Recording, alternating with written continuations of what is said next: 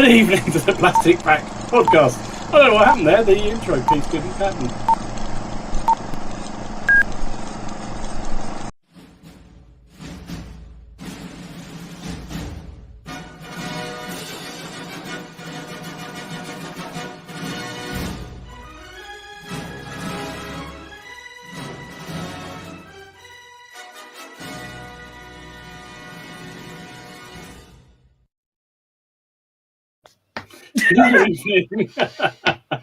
Good evening. Good evening. 1 week. 1 week, I swear we'll get that right. And it just never, I don't know what happened there. Sorry. I did hit the button, just nothing happened. That's my defense. So welcome to episode 10, season 2 of the Plastic Crack Podcast.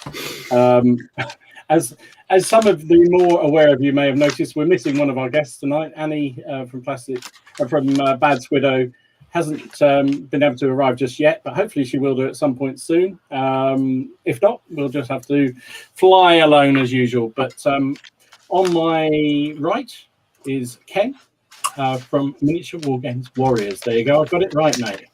And he's you still didn't. Miniature War Gaming Warriors. Oh, no, stupid name. All right. Shut up, you. Below me, you got Steve, the man who knows more about the Germans than anybody else, apart from Germans.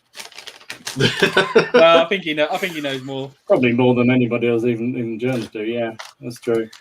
And Martin, seventh son in the bottom corner there, looking very serious. I'm trying not to stab myself with a pike. Every time you stab yourself, I will smile. I've got like 20 of them to do, so it's going to be a lot. So, blood shall be drawn on this day.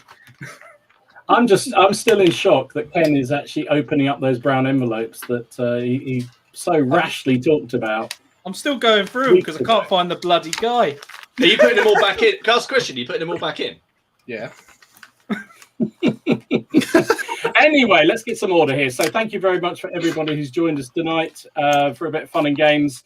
As I say, hopefully Annie might turn up, but she was talking about coming on Sunday, but she hasn't arrived just yet. So hopefully nothing untoward's happened to her and she will arrive at some point fairly soon. If she does, we'll plug her in and hopefully she can join as well. So any questions from the audience, please just shout them out and we'll sort of have a bit of an open Q&A as we go through tonight. Ask us anything. Ask us anything. Anything. I'm really loath to say ask anything. That is really dangerous with Ken around. Really, that's all I'm saying. That's very, very, very dangerous. So let's have a look in the chat before we go around everything. We've got Leslie here, Evil Jim Reaper, Julian, Chris, Enemy in Sight, Battle Mac, Lionheart, Hamster on the Painting Table, who we still think is one of the best names. Steve Harbour, Friends of General Haig, Wickorman. Hey, it's first time, mate. Hello. Welcome to the madness. You saw how slick we are at the operating, so you know you're missing nothing here. Corey, hi mate, how you doing? Carl, our sponsor, Carl from Mezzers Miniatures. Link down below if you're looking to find some decent Avon Post and V&V miniatures. Go and see Carl at Mezzers Miniatures, please. Got Rick, we got Andrew, Daykens 69. All the sixes is here as well. Stoic Steve, Old Stool is here. Oh my goodness, there's so many. I won't do them all. Let's come back to the rest in a minute. Anyway, gentlemen, what? Oh, I see. Someone's already started. I'm here for the quality of Welsh rugby talk. I've got my British Lions on today. So there you go. Anyway, let's start. What have you been up to this week? Steve, what have you been up to, mate? I've been bankrupt in Battle Mat. Oh, okay. Okay. Yeah, I saw Matt, that. Matt, unfortunately, from seeing some of the things I've been working on, has purchased himself that Landsneck Starter Army and also the British Airborne Starter Army as well. So you are responsible for somebody. So every week we blame Martin, but this week it's you. Yes, it's me. It's me. Sorry, Matt. I'm really, really sorry about that, mate. I really am. Sorry, not sorry. But what have I been up to? Yeah. Although I've joined you in the insanity in that today I also purchased the Landsneck starter box. So yeah, that's gonna be featuring at some point in the weeks. Oh, brilliant! So you two can have a game at Crack. You guys water. can have a game at CrackCon then, can't you? That's a good plan. That's it. You two can fight off. The Landsneck's table. Oh, Yeah. mate. Yeah. Before we went live, what was your comment about this box set when it arrived? I didn't know how much stuff was in it. And there's a lot of stuff in there. The giveaways on the front, mate. 96 plastic pikemen, 24, 4. That's a lot of it. That's a lot of infantry, isn't it? That is a lot. Of stuff in there. Yeah, Hey, that's more you get than the Napoleonic boxes. Jesus. Well, I'm doing 20-man units, so that they should be fun. Yeah. I still can't rationalize why I've taken this path. No. But we're up to. I've been painting more of my Polish airborne. Yeah. There we go. Very happy with those. Nice one, mate. Where's that telescope come from? It's in the box. You get it in the plastic airborne box. Yeah. It's a nice little addition. But there we go. So I'm on to the last. I'm basing 4 more tonight, and I'm going to build 4 more, and then sort of the foot infantry based part of the project all done. Then it's on to all support options. But yeah, quite chuffed. So tonight I'm doing live cork work tonight. Look at that cork. Live cork work. Live cork work. Live cork. You're gonna set people off in the bloody comments, mate. Jesus Christ, calm down. Live cork work. I thought we'd never hit. We'll get an X rating for that, won't we? We'll get an X rating. There goes the ad revenue. That's gone. Yeah, you can't do live corking before 9 o'clock. That 50p will be missed. Yes, that's shocking behaviour. Oh my goodness. What about you, Ken? Apart from going through your brown envelopes, I'm going to be. Can I be honest? I've gone through them all, right? I've gone through every brown envelope, and it was in the last bag I picked out. Honestly, it was in the last bag, and it was 226 bags. I counted as I was doing it.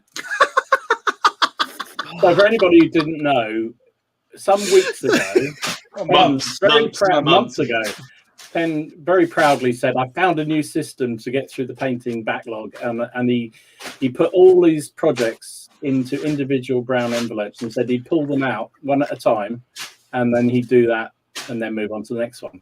He then put it in the loft, forgot all about that, and bought thousands of Napoleonics and only did that. I discovered French Napoleonics. To be fair, that's all I'm going to say. But what have I been? What have I been up to then, mate? Yeah, anyway. what have I been up to? Right, so bit of an interesting week. So I sorted out my hobby area, which was quite nice. Did a bit of a reshuffle, as you can see behind me, and sorted my desk out. But model wise, I done a couple of bits. So I'm quite into my Victory at Sea. Haven't played it yet, but for some reason I said I would hate these boats, but ships I should say. But I actually really like them. I really like them. And just painting them is really nice because they're really quick. You can probably paint one without drying time, like 20 minutes, can't you, Dom? Absolutely. If you did have to wait for drying time. And I managed to finish off all my Royal Navy. So this HMS Warspite, and I've done HMS Hood as well. So they got finished. I was quite happy. Yeah, so that's all my Royal Navy stuff done. So then, of course, standard me, I went and ordered the submarines to go with it. So, and do you know what? I've noticed so many people doing these ships now. I know. It's got the attention. I don't know. Yeah, and I tell you what, it's like the Victory at Sea starter boxes. I think they've changed the way they do their resin ships. So they don't use that spun resin anymore. So if you're thinking about getting into it, I'll tell you what, it's a good time. I'll be doing some videos. I'll be doing some videos on it anyway. Who's that? Is that you, Dom? Hello, mate. That's me. It is good. It's my house phone going. It's probably my father-in-law ringing up. Yeah. Apologies for that. Yeah, no, that's right. Then I also done something completely awesome. She's a fine ship, so she is a fine ship. So I went completely random, and I did some Middle Earth. Rogue. Yeah, you can appreciate this. So can't you, Martin? You enjoy a bit of Middle Earth. Yes, I do. I do. I'm looking very forward to playing some games of that actually as soon as things open up a bit. Yeah, so I've done a troll, and I've finished Sharky, which is Saruman, if you don't know. And I've done Wormtongue as well. And they've been sitting behind me for about a year, so I just finished them off, so I thought I might as well. But the biggest news has to be this. Oh, look at that! They're not French. That's definitely not French, mate. I'm sure that's not French. It's not, is it? So I've started my Austrians because I worked it out. I've got 15 battalions and 3 cavalry and 4 cannon. I just need to do a couple of commanders really for my French. I think another 2, and that's a very nice force to play with. So I've got 5 brigades.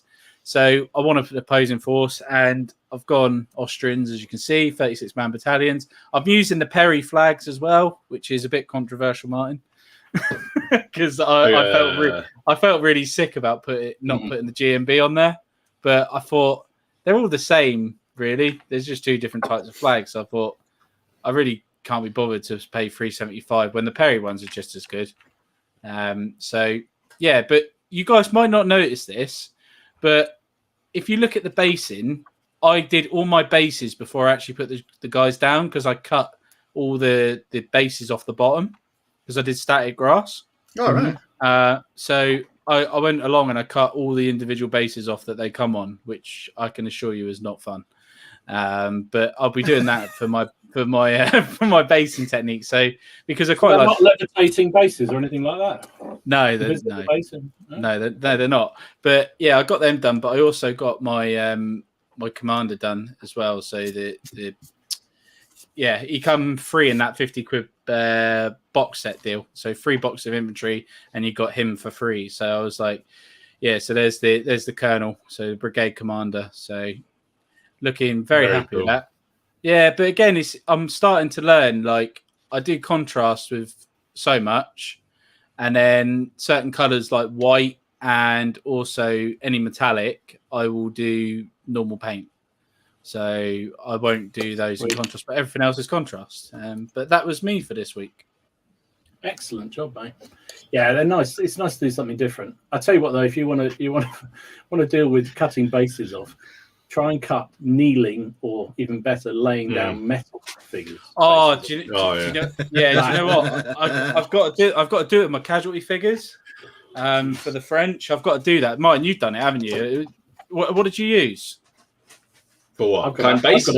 I don't think I did cut any off, did I? All yours have got cut bases off. They haven't got your bases on. Have they? Yeah, I remember distinctively. I use a brass saw. I use one of these. Yeah, that's what I've got. One of those. Okay, I've got one. So, but I'm pretty sure I didn't. I'm trying to think. I don't think I've cut them off. Have I? I might have done it. I've done it. It's quite a long time ago. I stuck a couple. The ones that are like holding their heads and things like that, I stuck to actual bases because otherwise they keep on toppling over. But the ones who are lying on the floor, but sometimes I just cover it in like flock and like mud and stuff and pile it up. Yeah, I don't know. I'll have to go and check. It's been quite a while. I think it's about 5 years since I painted them, so I'll have to go and look. Yeah, I'll have to go and have a look. Well, that's interesting. And just another thing. Look what I got out. Oh my God, he's got a ship out. He's not actually going to do the ships, is he? Good God. It's like a Christmas cracker toy. Sometimes, I don't know. Just don't know.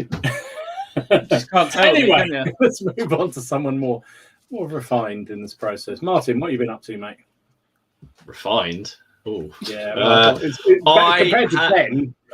What have I been working on? So I finished my latest commander for. Well, I say commander. It's a bit of an odd. So I've painted up this guy here for my Wars of the Roses project. This is also going to be my entry into the World War of the Roses vignette competition thingy. But I kind of went a bit of a different route because I've done so many command bases now with, you know, all these various lords and all the reading I've been doing. There's basically this chap there on the horse is a guy called Francesco Capini, who was a papal legate that was sent here by the Pope effectively to recruit for a crusade, but we were too busy fighting ourselves. But he was basically told to mediate and try and like calm things down. That didn't really happen. I'm not going to give it because I've got a whole history video coming out that I've just finished sort of doing the research and all of the stuff for. But let's just say that he didn't really remain impartial. And, hence he's in my Warwick force, but he got involved in things, so it was just a chance to do something completely different, and I thought I'd have a bit of fun with the base. And I've as you see, I've done some cobbling that was on nice, the base. mate. And is that one of those is that one of those rollers, mate? Yeah, so it starts off basically it's a roller, and then a few sort of like bits of grit, and then I build up the ground forms, and then you have to paint the road before you do any of the other stuff, and then you've got to try not to get any of it on the road. But then believe it or not, I'm on a bit of a mission now for when I paint stone to not use any grey. So there's no grey paint on that base. There's nothing grey on there. That's all sort of done through other colours because I just thought it gave it a bit more natural. And then I've just used weathering pigments to fill in around the gaps, bit pigment with a bit of fixer, and then capillary actions fills it in. So I might be doing a few more of those, but I didn't really stop there because I kind of thought he deserves some friends, and there's no really historical basis. I'll talk about it more in the video, but alrighty, there we go. So there we go. He's got some mates that he's brought along, because I can't imagine like effectively a papal legate, you know, just a rank learning cardinal, not being able to pay for some protection. So I've done some Italian style mercenaries, and there's a steel fist miniature in there next to the guy on the horse, which I've kind of done. They're sort of in a bit more of a Renaissance kind of clothing, and so I thought I'll just do a couple of bases of those so he can have his own little sort of bodyguard with him. So I've been having a bit of a laugh and a bit of fun with those, but mainly I've been just doing a lot of reading about them. But I was quite excited because all my bicorn miniatures, which is what I'm sticking together now, models have turned up for my ECW ongoing project. So that's why I'm stabbing myself on pikes, because I'm sticking together a regiment here, which is going to be Henry Bard's Regiment of Foot, purely for the reason that they're wearing grey coats. And that's all I've done. I've gone through, trying to find ones with different colour coats that I like, and I'm just like, yeah, I'll just do those. It seems reasonable. Yeah. I love that on the picture of the unit there. The guy, the one in the red leather studded jacket. Yeah. Which one? Oh, what? The one next to the bloke on the horse. Yeah, he's awesome. I like him. What? He is kit bashed from the mercenary set and the just the normal War's Roses infantry set. But when you get the halbards, you get the pikes, and then you have to trim off to make the halbards. But they give you all the halbard heads. But I played around with different colours with the contrast. So that's actually Gore Grunt of Fur. No, is it Gore Grunt of Fur? Which one? Sorry. No, it's Blood Angels Red mixed with a tiny bit of where is it? Nazdrake Yellow. So it kind of comes out a deep orange. And then I sort of just put a little bit of a really watered down Gore Grunt of Fur over it. So I was just playing around with them basically, because I thought I'd go for some more sort of not outlandish colours, but red is like the predominant theme through the unit. So like with this guy here, with like the standard bearer, I wanted him to have stripy trousers. So I've got to say, that's a fucking sweet base, dude. You are good at your command bases. I've got to give you that.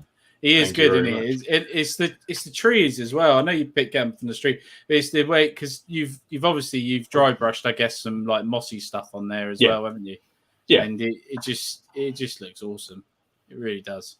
I need to seriously get onto that. I'm getting there, but it's going to be a little while, I think, before I start going into all that. Definitely, but no, that is nice. Yeah, it is. And it's nice, isn't it? Because you get little things like that make armies unique, don't you? So that's unique for you now, isn't it? Well, yeah, exactly. And you know, I've gone so far down this kind of Wars of the Roses tunnel now, which I'm sort of at the point where it's like I was looking for just some things to be a little bit different. Like, you know, and that's it. And I thought, Pape will leg it. And because we come up with our own rules in the game, I'm going to come up with some fun ones for him. But if you want to know more, I've got a full history video coming out, and he's a fascinating, weird little man that we surprisingly know quite a lot about. But I'll just say this, because I've been researching him, and then I found out his connections to the Pope, and I was looking at what the Pope was doing, and I was looking at all the other people that were involved, and all of a sudden I'm looking at Ottoman 28mm miniatures, and not for the same kind of period, and thinking I'd really like to do sort of like the Ottoman invasions of Italy. That'd be really cool to have Ottomans and Italians. That'd be really fun. That does sound really, really good. But I don't want to look at it anymore. Yeah, yeah, be careful. Yeah, Banjo, I think, judging by the Plastic Crack Facebook page and all the pictures that have been going up lately and all the blame that's been flown around, I think you have infected multiple people with the whole medieval bug. I mean, just I don't know how many people have been putting up. Oh, this is because of Martin. I got these, and look at my first War of the Roses army, and Martin's fault because I've got these. It's really nice though, because I know we've talked about this before, but I've been getting quite a few emails of just people sort of just asking things, and you know, it's you know, I'm not setting myself up as some kind of authority on the subject, but I've got a lot of books and done a lot of research now, and it's quite nice to be able to say there's all these people who are coming across things in their projects that I had to go and find out. And if I can sort of say to someone, well, actually, if you go just buy this book, or don't do that because you just go down this hole that you'll never come out of, then I don't know. It's quite nice in a way. It's quite fun.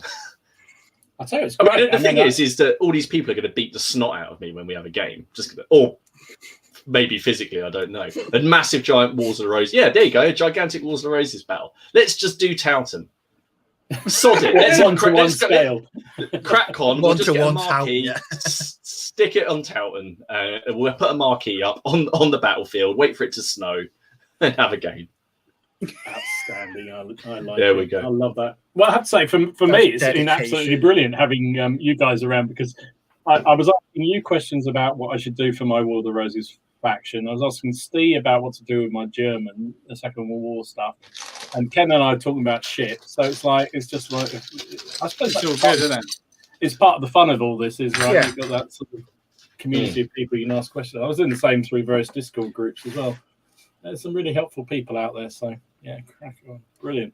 Hamster says, what about refighting the Battle of Malta? Now, that'd be fun, wouldn't it? That would be cool. I do like, cool. Oh God, what were the Knights of St. John on Malta? Fantastic. Absolutely fantastic. I think it's over. So I know I always say I haven't done much this week. Not much. I've done a hell of a lot. So I'm going to say I have done a hell of a lot this week, and a lot of it is I'm really pleased actually. I've gone through a whole load of the backlog, but I'll start with these ones. I'll show these on the Facebook page. So this was what I was doing last week when we were all on the pod. So there's a couple of the what are they called? Baron Wars figures. Yeah. So really, really pleased with those. So I was doing them when we were chatting last week, so I enjoyed that. English Civil War, Galloper guns, a couple of them. Oh yeah, nice. I've got another one. I've got one they were nice. To do. They're fun. They're really good fun. I mean, artillery generally is easy and relatively quick to do, isn't it? It's just it's quite satisfying to knock it out. And I've had this sort of ongoing project of doing a royalist English Civil War army, and I just every so often when I need a bit of variety, I'll crack on and do a unit of them. So nice to get them done. Really pleased with how they came out. But the main stuff I've been doing is this stuff. These are the Volkstrom. So you're funny, you're talking about cutting off bases. So this is what I was doing with these fellas. So these are metal figures from Offensive Miniatures. Yeah, and I just cut their bases off and stuck them on these resin cobblestone bases. that I got somewhere. I don't know where I got them, but these have all come out the stash. So they're really, really fun figures. They look a bit shiny in this picture, but yeah, they're kind of fun. Yeah, I find that when you take pictures of contrast figures, they do look shinier than they actually are. Yeah, when you get them out on the table, they're much better. Yeah, I don't know what it is. The light, just because obviously we got a bright light. You got a bright light shining on them, haven't you? Yeah. Which is reflecting, obviously, but they're not that bright. 100%. No, they're not. They're good figures. I do like this. Don't know That's what Warlord. Is any of that Warlord, or is No, it just they're all offensive all miniatures. offensive, is it? They're all offensive. Those are. Yeah, I like that officer. I really like the Panzer Shrek. yeah. As I well. like the diverse uniforms on there as well. So you got some military, some civvy stuff. Yeah, it's a great Yeah, I mix. You got Hitler These two, Youth there at the back policemen, as well, I think. yeah. Say again. You got Hitler Youth guy at the back, is it? There's a whole load of Hitler Youth there. Oh yeah. So there's all these were done as well. We were literally saying in our little group chat, "Oh, fuck off, Dom! Stop, stop showing off, wasn't it? Crazy." I just had a really good week. So I did about 30. There's 31 of them all done. Is there ever a time you don't have a good week? I did this as well. Just knock that one out. That was another one that's in my stash. That's the Latvian. It's joining my Latvian Winter German army.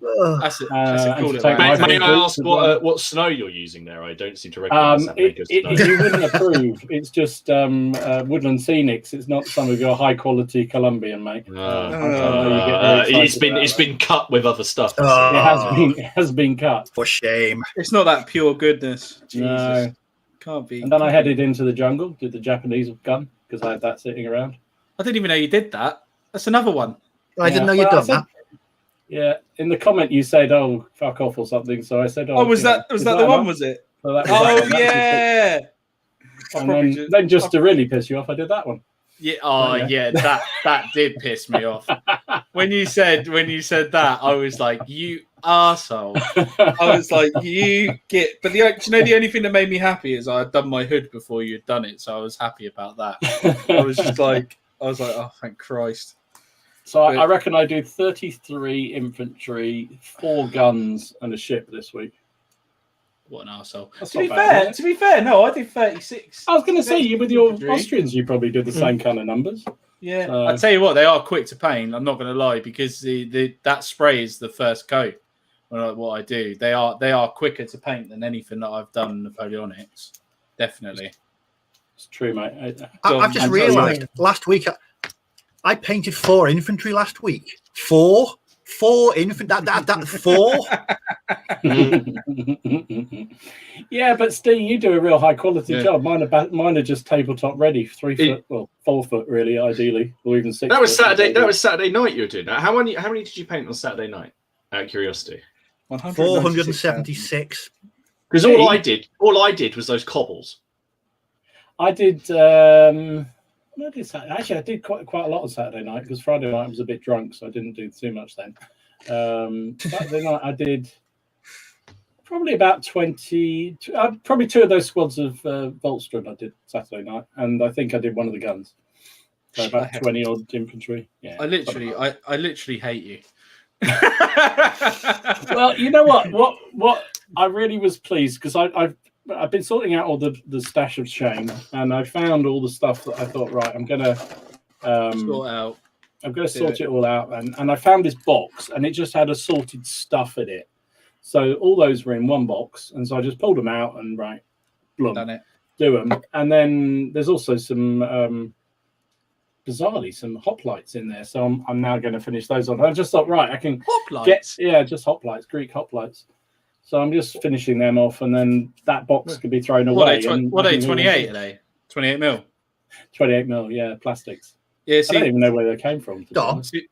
Yes, man. Dom, I was going to say, is this why you prefer metal miniatures? So there's no sort of prolonged sessions of gluing them together. Yes. You just prefer to get them out, clean them up, paint them. Do you know what, Steve? If I could find a service that put together all my plastics, I would do it, and then I just paint them. I don't want the gluing them together and all that kind of stuff. Just takes up valuable painting time. That's all I'm saying. I just don't like it.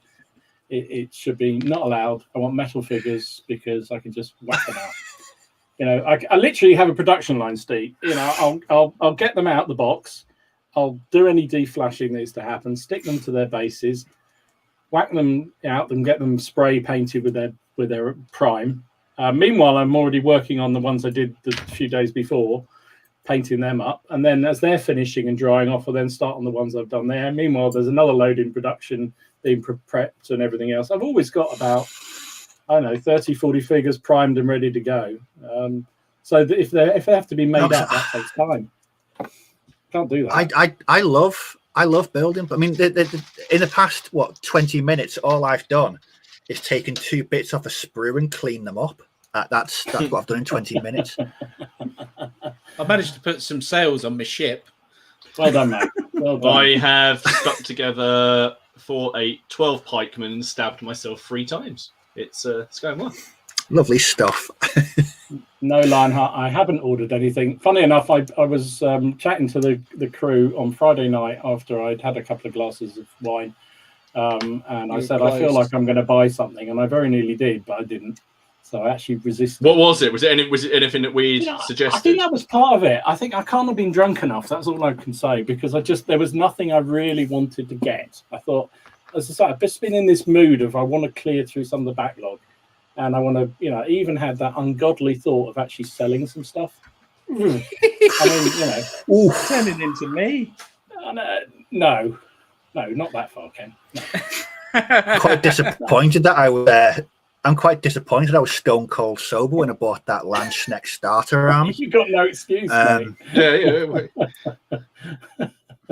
No Just excuse, this is if Carl's in the chat. This is one for Carl. I've been under the influence of toilet. There's been lots of toilet duck references due to something I said the other week. Can I just point out I'm not a recreational user of toilet duck. I just want to make that clear.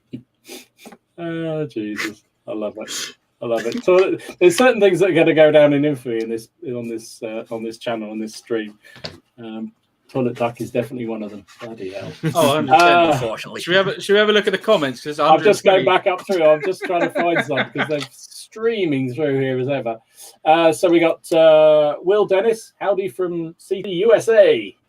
First time watching live. More excited than I should be. Lol. I wouldn't be that excited, mate. I really wouldn't. Yeah. I mean, when did he post that though? He's probably logged. He's probably gone by now. Probably that was about 10 minutes he's ago. Probably off by now. Probably gone now. Yeah. Who we got here? We've got. Blimey, I'm trying to go back through all the things here. Oh, I know. Actually, Yorkshire Dragoon mentioned this. Our mate Travis from Tabletop CP. He's up for the Little Wars Award for the best channel. Oh, best yes. Channel. Yeah. So is Medieval Warrior is up for best medieval. Now you can't use the Medieval Warrior one, but you can Travis. Yeah. So yeah. You know. As I understand it, they did a whole load of categories, so they put people in. So yeah, Nick from Medieval Warrior was put in the best medieval channel, or one of the. And the panel, whoever that is, choose who it is. So congratulations to Nick, because I think if anybody doesn't watch Medieval Warrior channel, you need your head examined. It's fantastic. Go over and have a look at it. But this one, Travis's award, is actually voted for by we the public, as they say on these game shows. So if you go over to Little Wars TV, there's a link, and you can click on it, and you can vote for whoever you like. But I would recommend you do Travis, because I think he's fantastic. And he was one of the few that I knew. So there's a couple of other people I saw were on the. Some people have to put in the chat who it was. There were a number of other people I recognised that we see regularly. I was sad we didn't. I was sad we didn't get on the podcast. Next year, mate. Next. People didn't do their job, did they? Well, no. I think anyone could be nominated. It might have been nominated. It just means that they looked at it and went, no.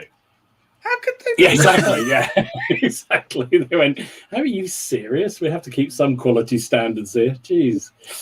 Oh, Jesus. We're a very unique bunch of fellows, aren't we?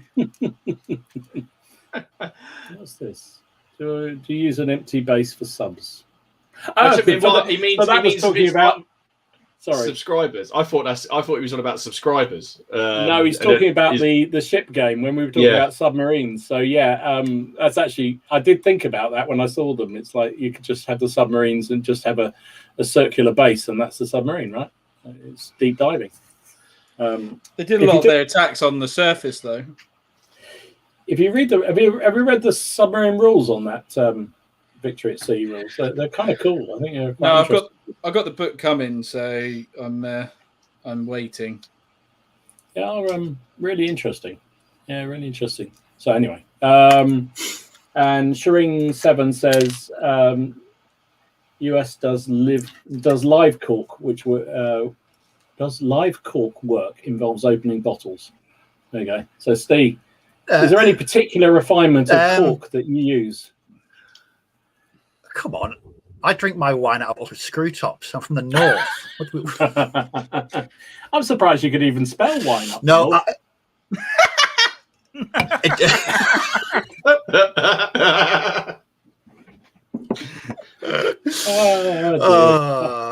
He's going to beat me up when we finally meet up. No, I when it comes to cork, I use table mats.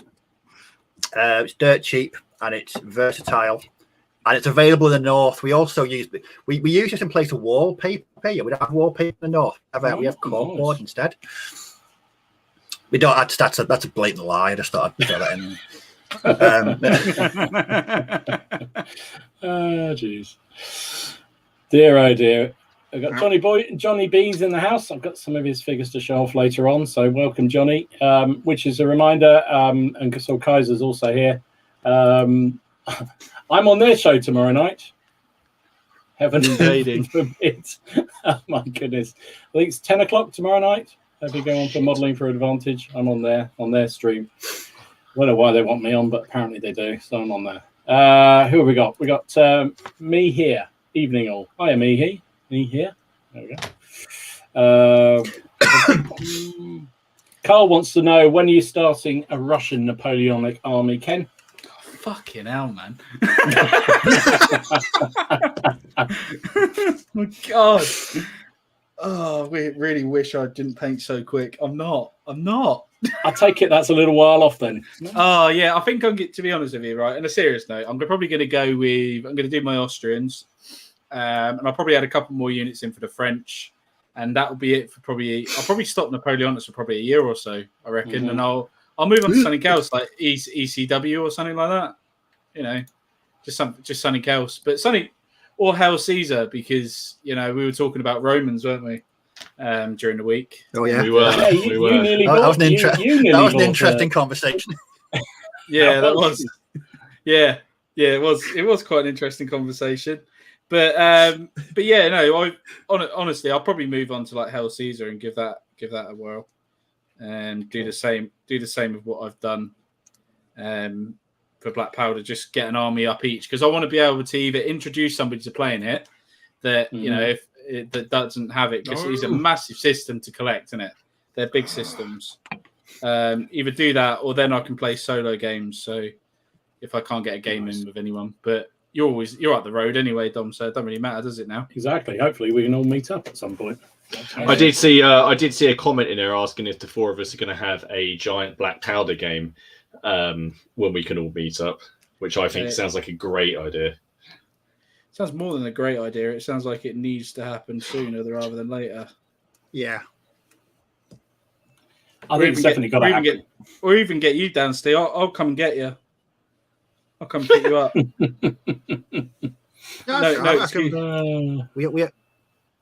We've got rid of horses up here. We have these equal things now. They're called trains. It's really weird. We call them mechanical horses. It probably cost you more to get. You probably be able to buy my car for that bloody train ticket. To be fair, the train fares are absolutely. I'd rather walk. It took me 4 years to get there, but no. I'm not going to go on a rant about train fares because it's just insane. Let's not go there. Let's not go there. Let's not head down that front. But on a serious note, though, guys, you know, the more and more likelihood of, you know, what's going on this year is we probably are going to hopefully try and look at doing CrackCon this year, innit? Really, I want to. I want to anyway. You know, we want to know what. Maybe we'll set a post up on like the Facebook group to find out the interest, because obviously we don't want to set up CrackCon and then all of a sudden nobody turn up. It's like different places in the UK. So like say like we did it in, I don't know, the middle of England or like the south of England. Just see where the most popular sort of place would be to actually host it. It's got to be somewhere fairly central, isn't it? Really? Yeah, that's what I thought. But then if you've got a load of our audience are all southern, yeah, for example, true. That's you true.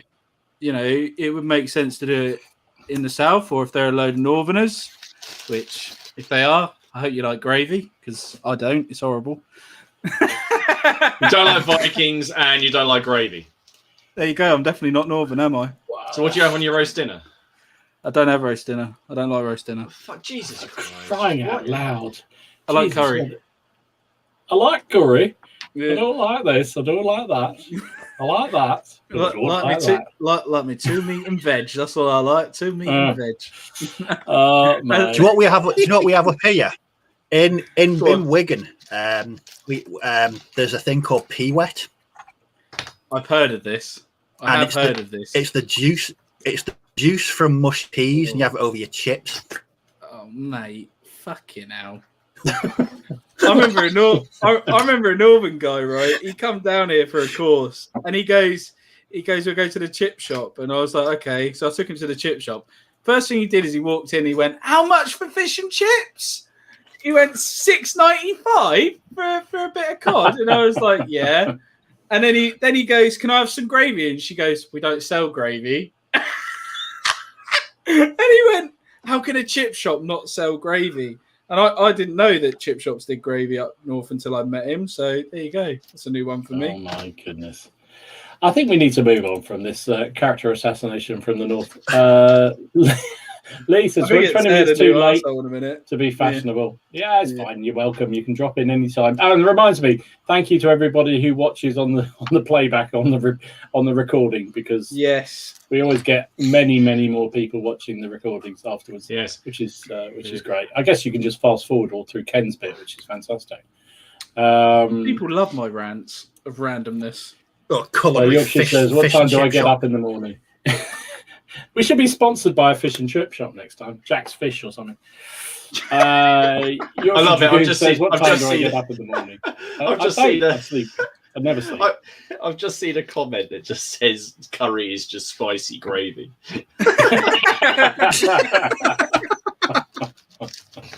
Oh my goodness. Oh dear. So here we got it.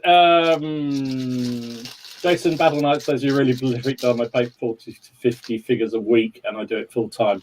Do you know what? My wife said to me the other week, she said, "Well, you should do this as a hobby." And the trouble is I have to give them away and that wouldn't do any good. I paint, I said this before, I paint purely to play with them.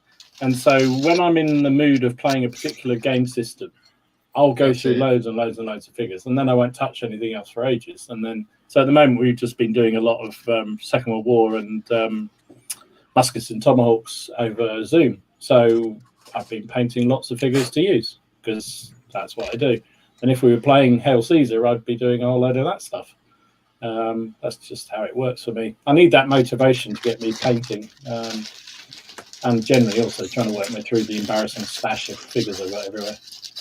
Nurgling says, "Good evening, all." Good evening, Nurgling. Welcome.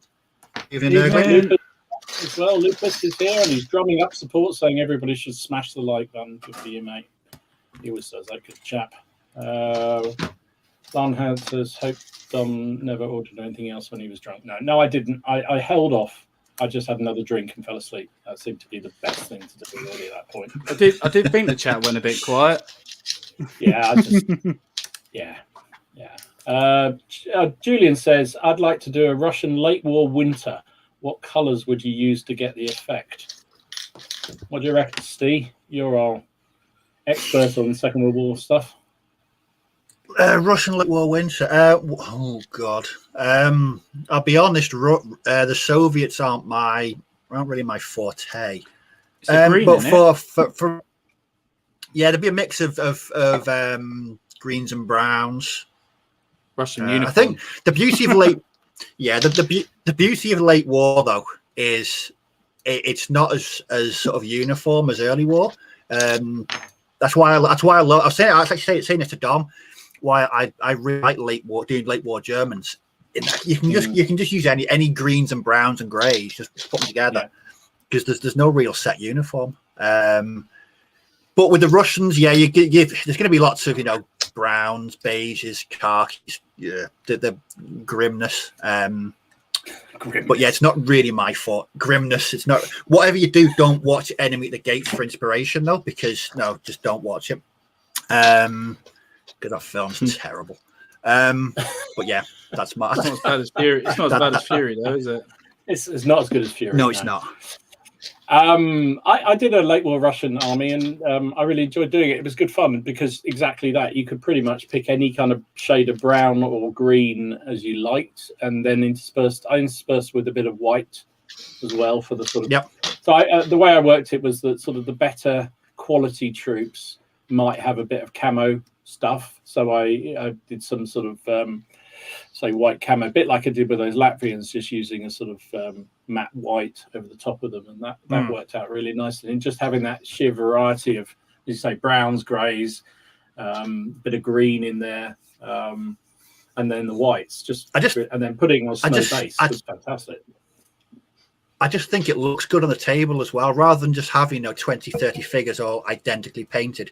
You have a mismatch of different uniforms. For me, it just, when I do my Germans, I throw in equipment and all kinds of bits and pieces just to give them a bit of personality, a bit of individuality.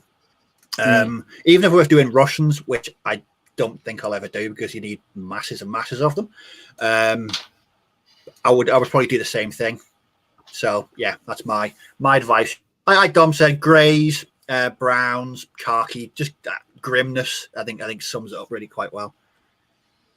I mean, in fact, if you go into the Warlords box set of Winter Russians, there's a lot of the guys in there are wearing the sort of, I can't remember what they're called, the padded coats and jackets, and actually the jacket thing, they're just ideal for just putting a wash over, doing a base color, putting a wash over, and then dry brushing a bit, and they look absolutely fantastic. And that just gives, a bit of depth and color to unit. Yeah, so that's what I do for sure.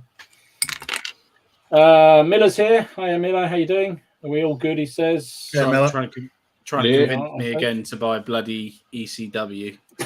Well, it's because of him that I'm stabbing my hands to pieces on these pissing pipes.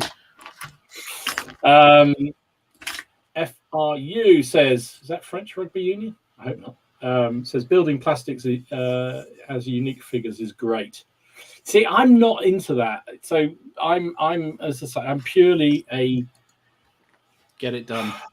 Just to get it, yeah, exactly, Ken. I'm just get it done. And so the easier the better for me, as long as they look good at the end of it. I'm not like these two, particularly at the bottom, Martin and Steve. You're just really big into personalizing and sculpting different models using different bits and every kind of model under the sun to pull together, because I think they're absolutely fantastic. I just don't have the patience. I'm not a modeler. My fat little fingers are just not designed for that. Not my thing at all. And I think Storm of Steel, you're talking out your ass, frankly. There's nothing therapeutic about putting figures together.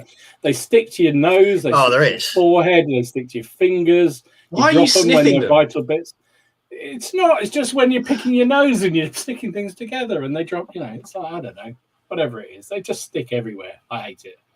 So if I could I used to buy them on eBay when people had started a project and they sell off all their pre-made figures. I used to buy them because it's like fantastic. It's all done, brilliant. So you're talking at your bum. Sorry. You want to try putting these rat lines on? Jesus Christ!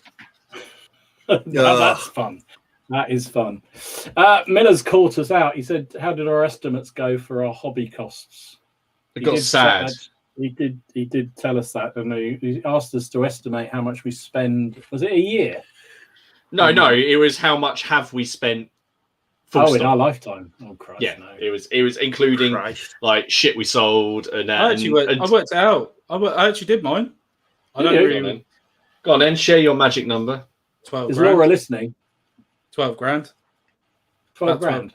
About 12 grand, yeah. See, Well, now that concerns me because I've been in the hobby 3 years. Yeah. And That's that exactly my thought, Yes. Martin. it doesn't concern me for you, bully for you. It concerns me about shit. What does that mean for me? Is that raw plastic and metal cost, or is that what you're assuming they're worth now they're painted? No, that's raw plastic and metal. What they were at retail price, or what I paid for them if they were second hand. Oh, ow! I don't Remember, think about it. remember a lot of Games Workshop for me. Ah, that's true. They're all made of gold, so that's all. Yes. Made of You what? forget my Imperial Guard army cost £1,000 Gold. just on You its own. say gold or They're all coal? made of gold. Well, you say coal. It sounds like is there a different northern version? No. that's made of coal? Well, I mean, just judging by the pricing, Games Workshop figures must be made of gold. Yeah. That's all I can say. It must be. All right, fantastic. Laura can never watch this episode. Jesus Christ. Let me just see. Where are we? Timestamp at 51 minutes. Capture that one.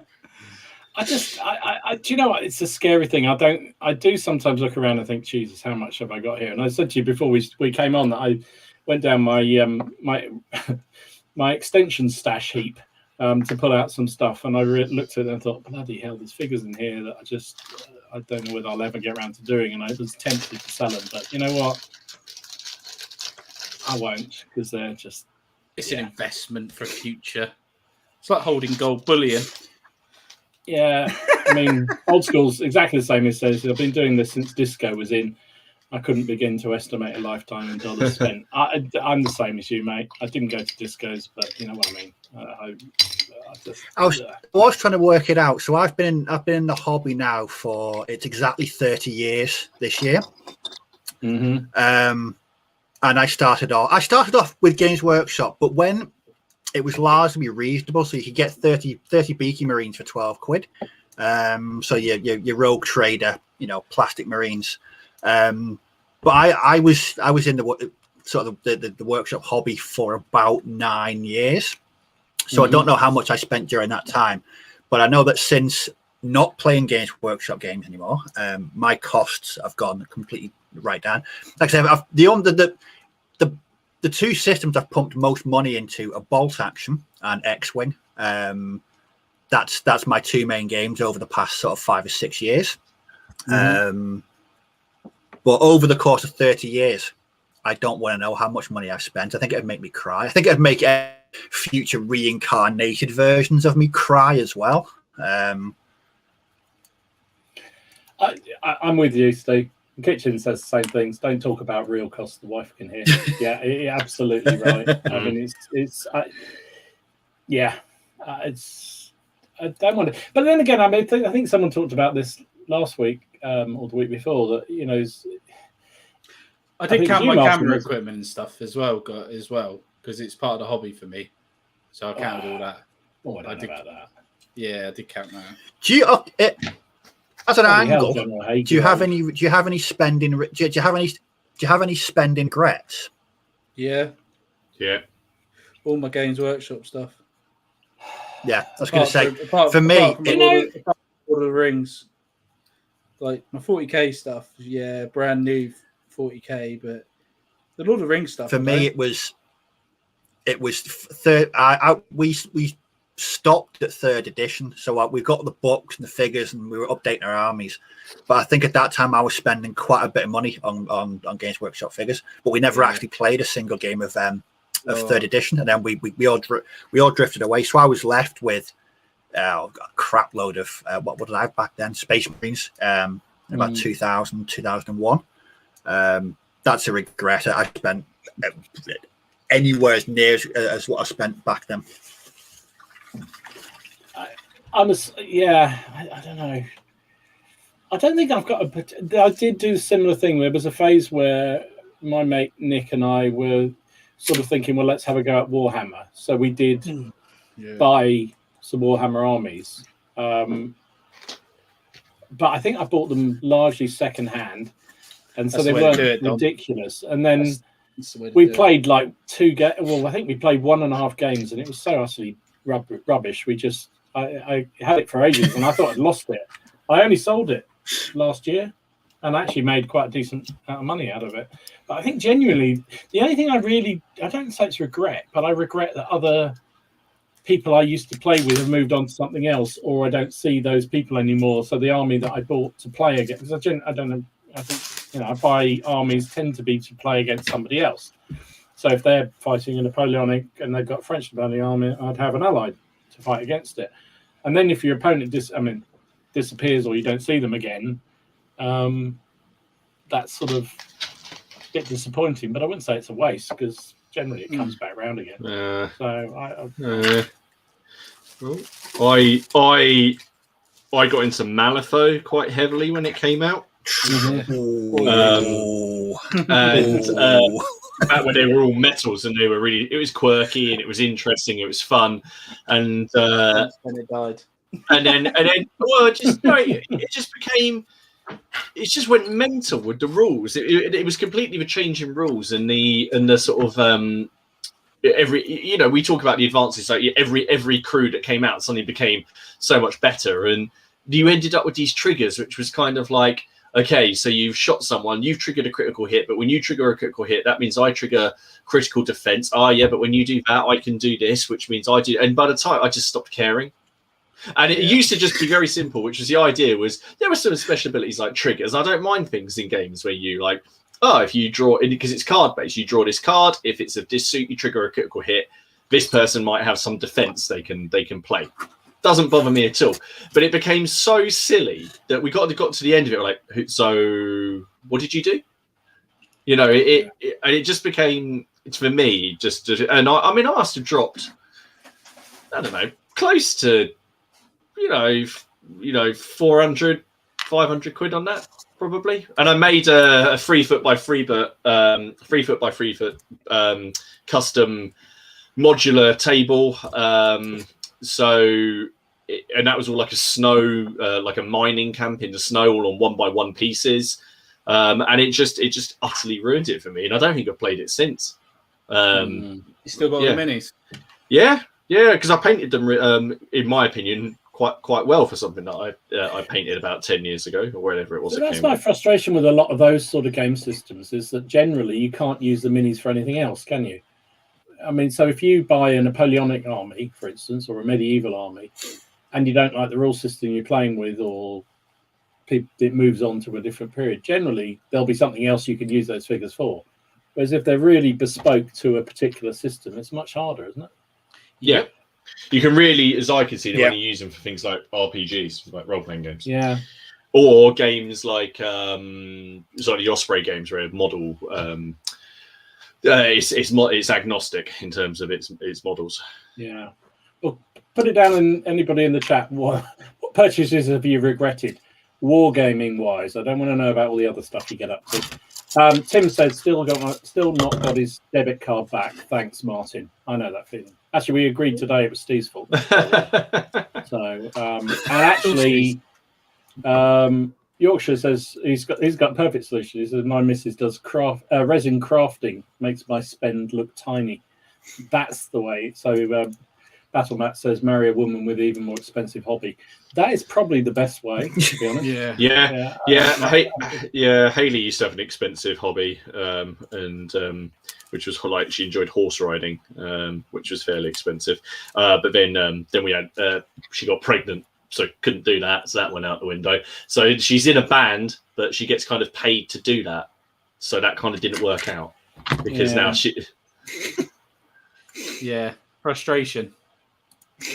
Julian says I don't regret my Games Workshop stuff because it was fun beginning to war game and hobby. Maybe expensive, but it's a good intro. Weekends of getting high on glue. That's very true.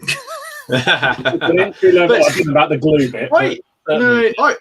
I do have a lot of good memories of GW when I was a teenager and playing it. And even when I kind of got back into the hobby after university, I think it was 5th edition fantasy with my friend, a lot of good memories, lots of good games, some really, really shit, angry games, but lots of good games. And I enjoyed it. And then I don't know. I just guess but also I guess it's not always just a case of the game changing. Tastes change, your interests change. Yeah. I always will like fantasy, but the thought of painting a big fantasy army just doesn't do it for me anymore. No. I think that's one of the things, isn't I'm it? the same as Martin. I've got a lot of really, really good gaming memory, especially from starting off with first edition 40k, so Rogue Trader.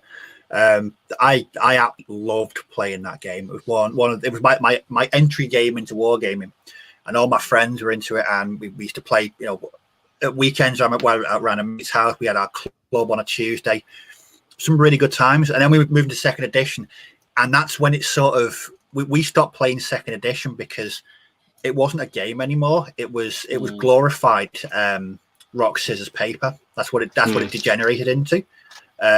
So we planned to go into third, but yeah, we gave it up. So I mean, I've always said there's only two Games Workshop games I'd go back and play now, and that's Blood Bowl and first edition 40k, because it was just so bizarrely good. I reckon there's a third, Steve. I think there's a third. Epic. Oh yeah, I reckon. Epic, yes. Oh, if they just released the original version with my kidneys would be on eBay so I could buy stuff. Honestly, Love it. I mean, I think we talked about this last week as well, or the week before. Kaiser makes a point. It's an expensive hobby compared to what? It's expensive as watching Premier Football live every week, or playing poker, Yeah, season tickets, going to the pub regularly, all that kind of stuff. And it's true. I mean, and I guess that's how I rationalise my spending. So it's like, yeah, I said that exactly to Haley the other night. I was like, I can't remember what I was watching, or maybe it was one of your videos or someone else's, but they said I'll just go and start. I'll give up painting little plastic figures, and I'll go and take up golf for £1,200 to get like a decent golf set. Exactly. I can't remember who said that, but I did point it out to Haley. But she just pointed out she'd probably beat me at that as well. So that's probably true. Yeah, it's everything's relative, right? And I mean, the thing about our hobby, I think generally, which is good, and I think goes back to the thing about regrets about what is generally, the figures you bought 20 years ago, you can still use now. You might have to rebase them or touch them up a bit in some way, but generally those figures are good to use now as they were when you originally got them. Now they might be a bit dated, they might not be quite as well painted as you can do now, but they're still viable to use. Whereas other things perish a bit and they've been destroyed a bit. So actually, I think I'll tell you what, you couldn't use 20-year-old golf clubs, could you? Mine are in the shed, and they're I think the mice have been at them too much. There's nowhere I go anywhere near them. The heads would probably fly off when I'm playing with them. It's it's a weird thing. Oh Christ, the people are talking about some of these old manufacturers. Oh my goodness, they're by Leslie, of course.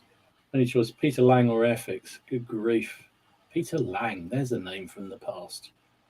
Jesus Christ, these guys won't remember Peter Lang.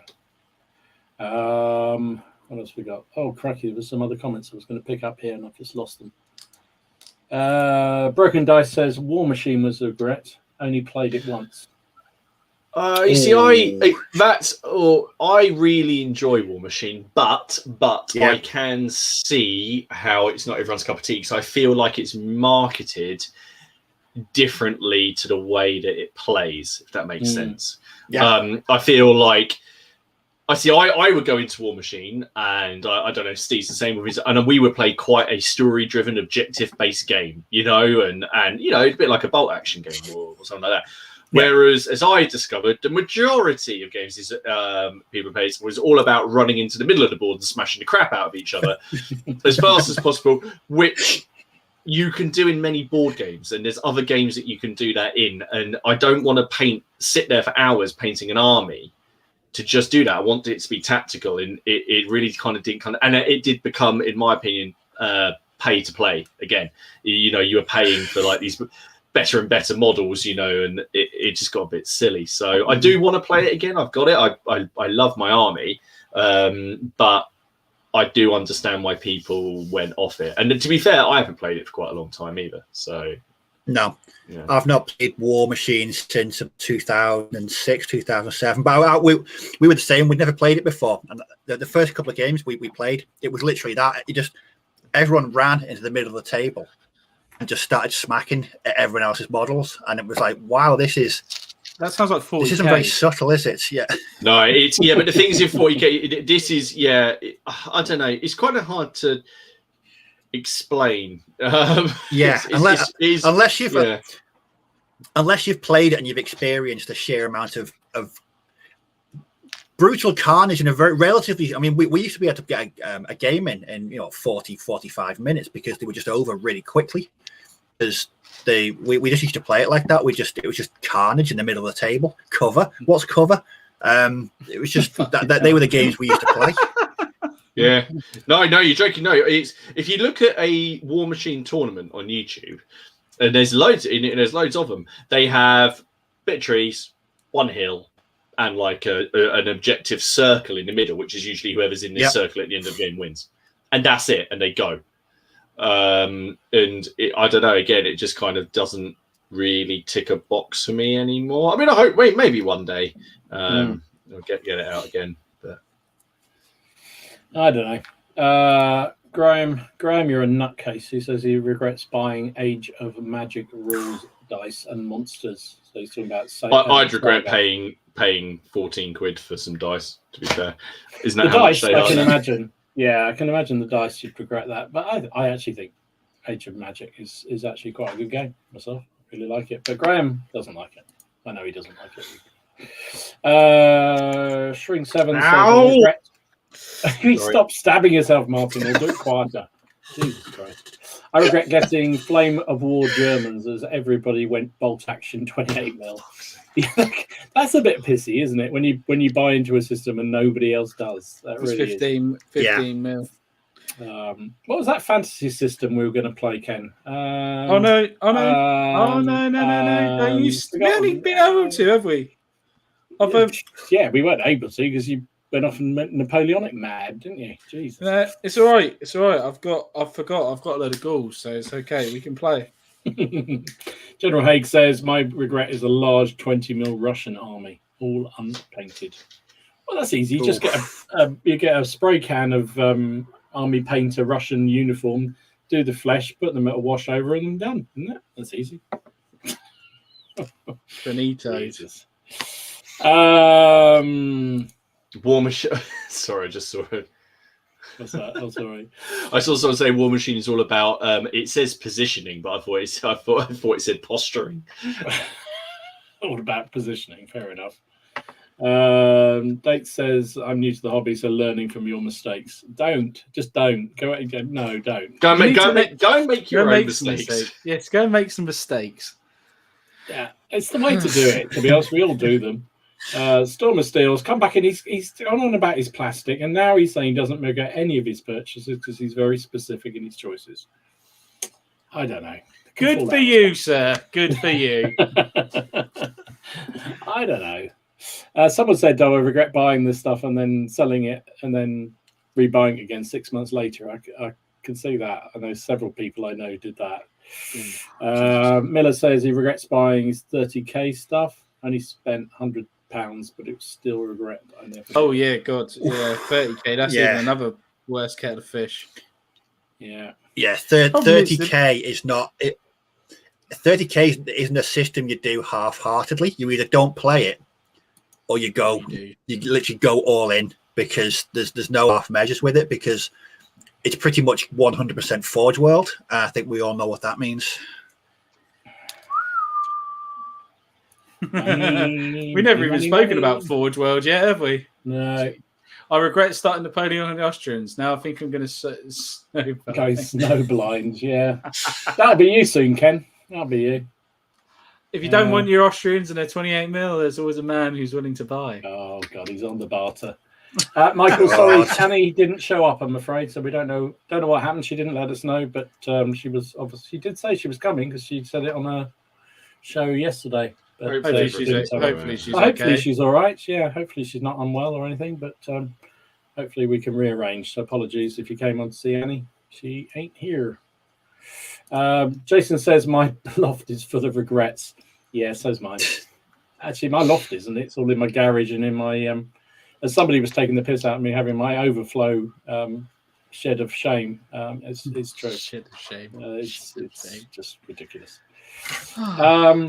I don't regret my war games, but I have a few expensive board games just sitting there gathering dust. Now, Yes, Martin can... yes. Yes. I have somewhere in the region of about 60 odd big board games, which range in price from a very modest £20 up to the £500 monstrosity up here, which is one day I might do something with. We one of those things, we started playing it and it was just like, you had your gaming group and then everyone went home and like, oh crap, I've actually got to wait to get everyone back together again to carry on playing it, really. So board games are a funny old thing, aren't they? I mean, I could look at some of the old ones that I've got that I used to play a lot of, and I haven't touched a board game in 25 years probably. And I do look around. They've changed a lot, mate. I'm sure they have. They probably got a lot. Probably all digital now or something like that. No, it's just the amount of stuff that you get in it. So I've got a Kickstarter board game, Nemesis. The new version of that. It's like the Alien, not Alien sort of franchise. But yeah, I'm not even going to play it. I'm going to get it and then I'm going to sell it because I'm not going to use it. And it's been like nearly 2 years, and I've gone off thinking about it. It's one of those purchases you make, and then you realise down the line, nah. I don't know. Talking about new stuff that's going on, anybody seen some interesting stuff in the news? We should probably do that before we get too far down this rabbit hole.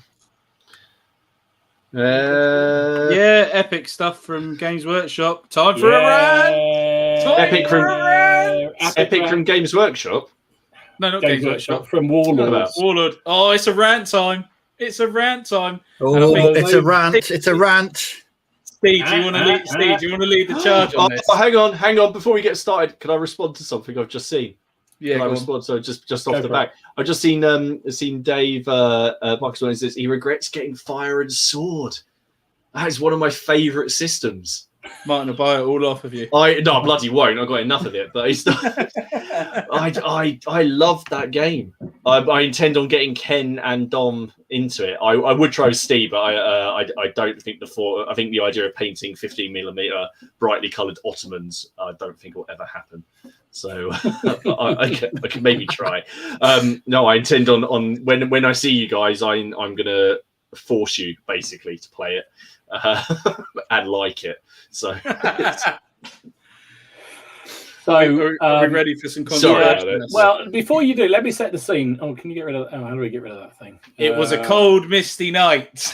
So, Warlords have announced all the next stuff of the epic scale things. So you got skirmishers, you got dismounted cavalry, you got a wagon, limber.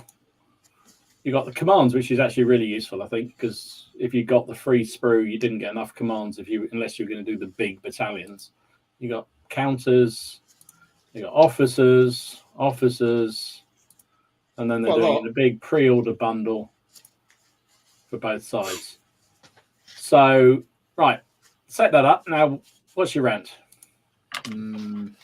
Steve, would you like to begin?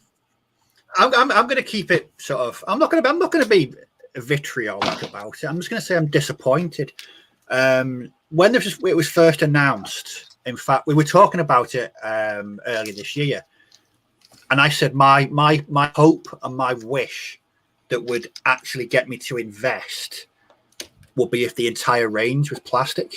Mm-hmm. What I didn't want is a new game system that I was going to sort of throw myself into and have different materials for different units.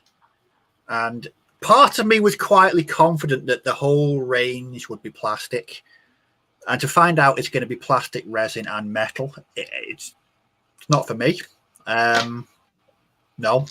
I'm not even gonna finish painting the ones that I've got because there's no point. I'm not gonna use them. So no, I'm quite disappointed. I'm not gonna be bitter, but I'm just disappointed.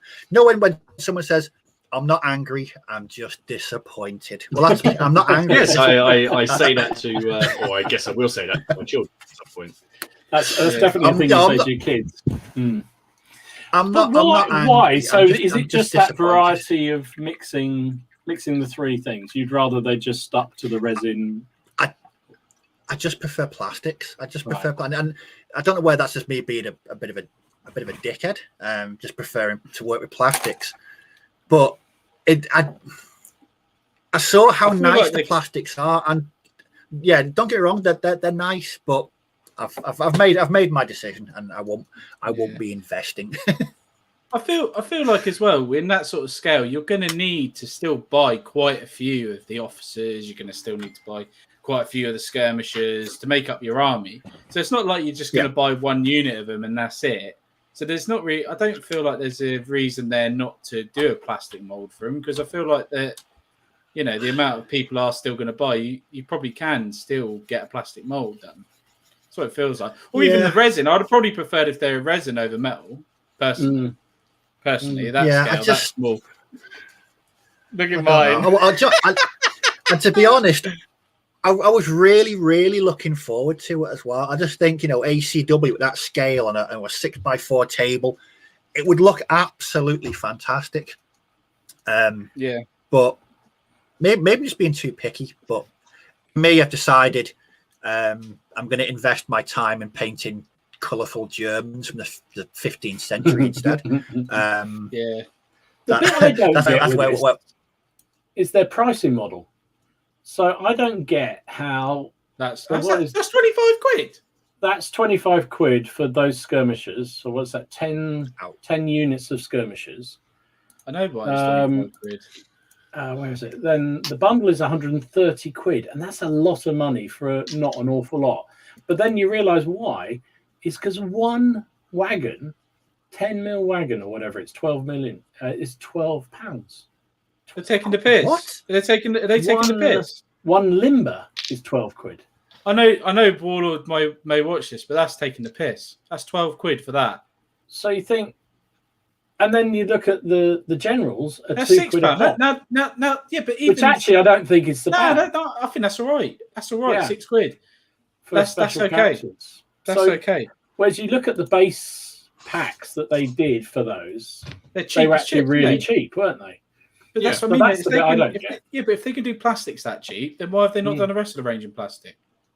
Because we always said that they would probably make the money out of the extra units, the special units, the extra bits and bobs that you buy on top. Oh, come on, man! £12 for a bloody. You can buy a bolt action tank on the third party for like 12 quid. Yeah, you can indeed. Talk about that. You should go along to our sponsor, Mezzers Miniatures. You can pick up loads of decent price stuff there. Go over and check out his V&V and Avonpost stuff. Yeah, really, really good stuff. No, I agree with you, Ken. That's the bit I looked at and I thought, Jesus, that 12 quid for a wagon?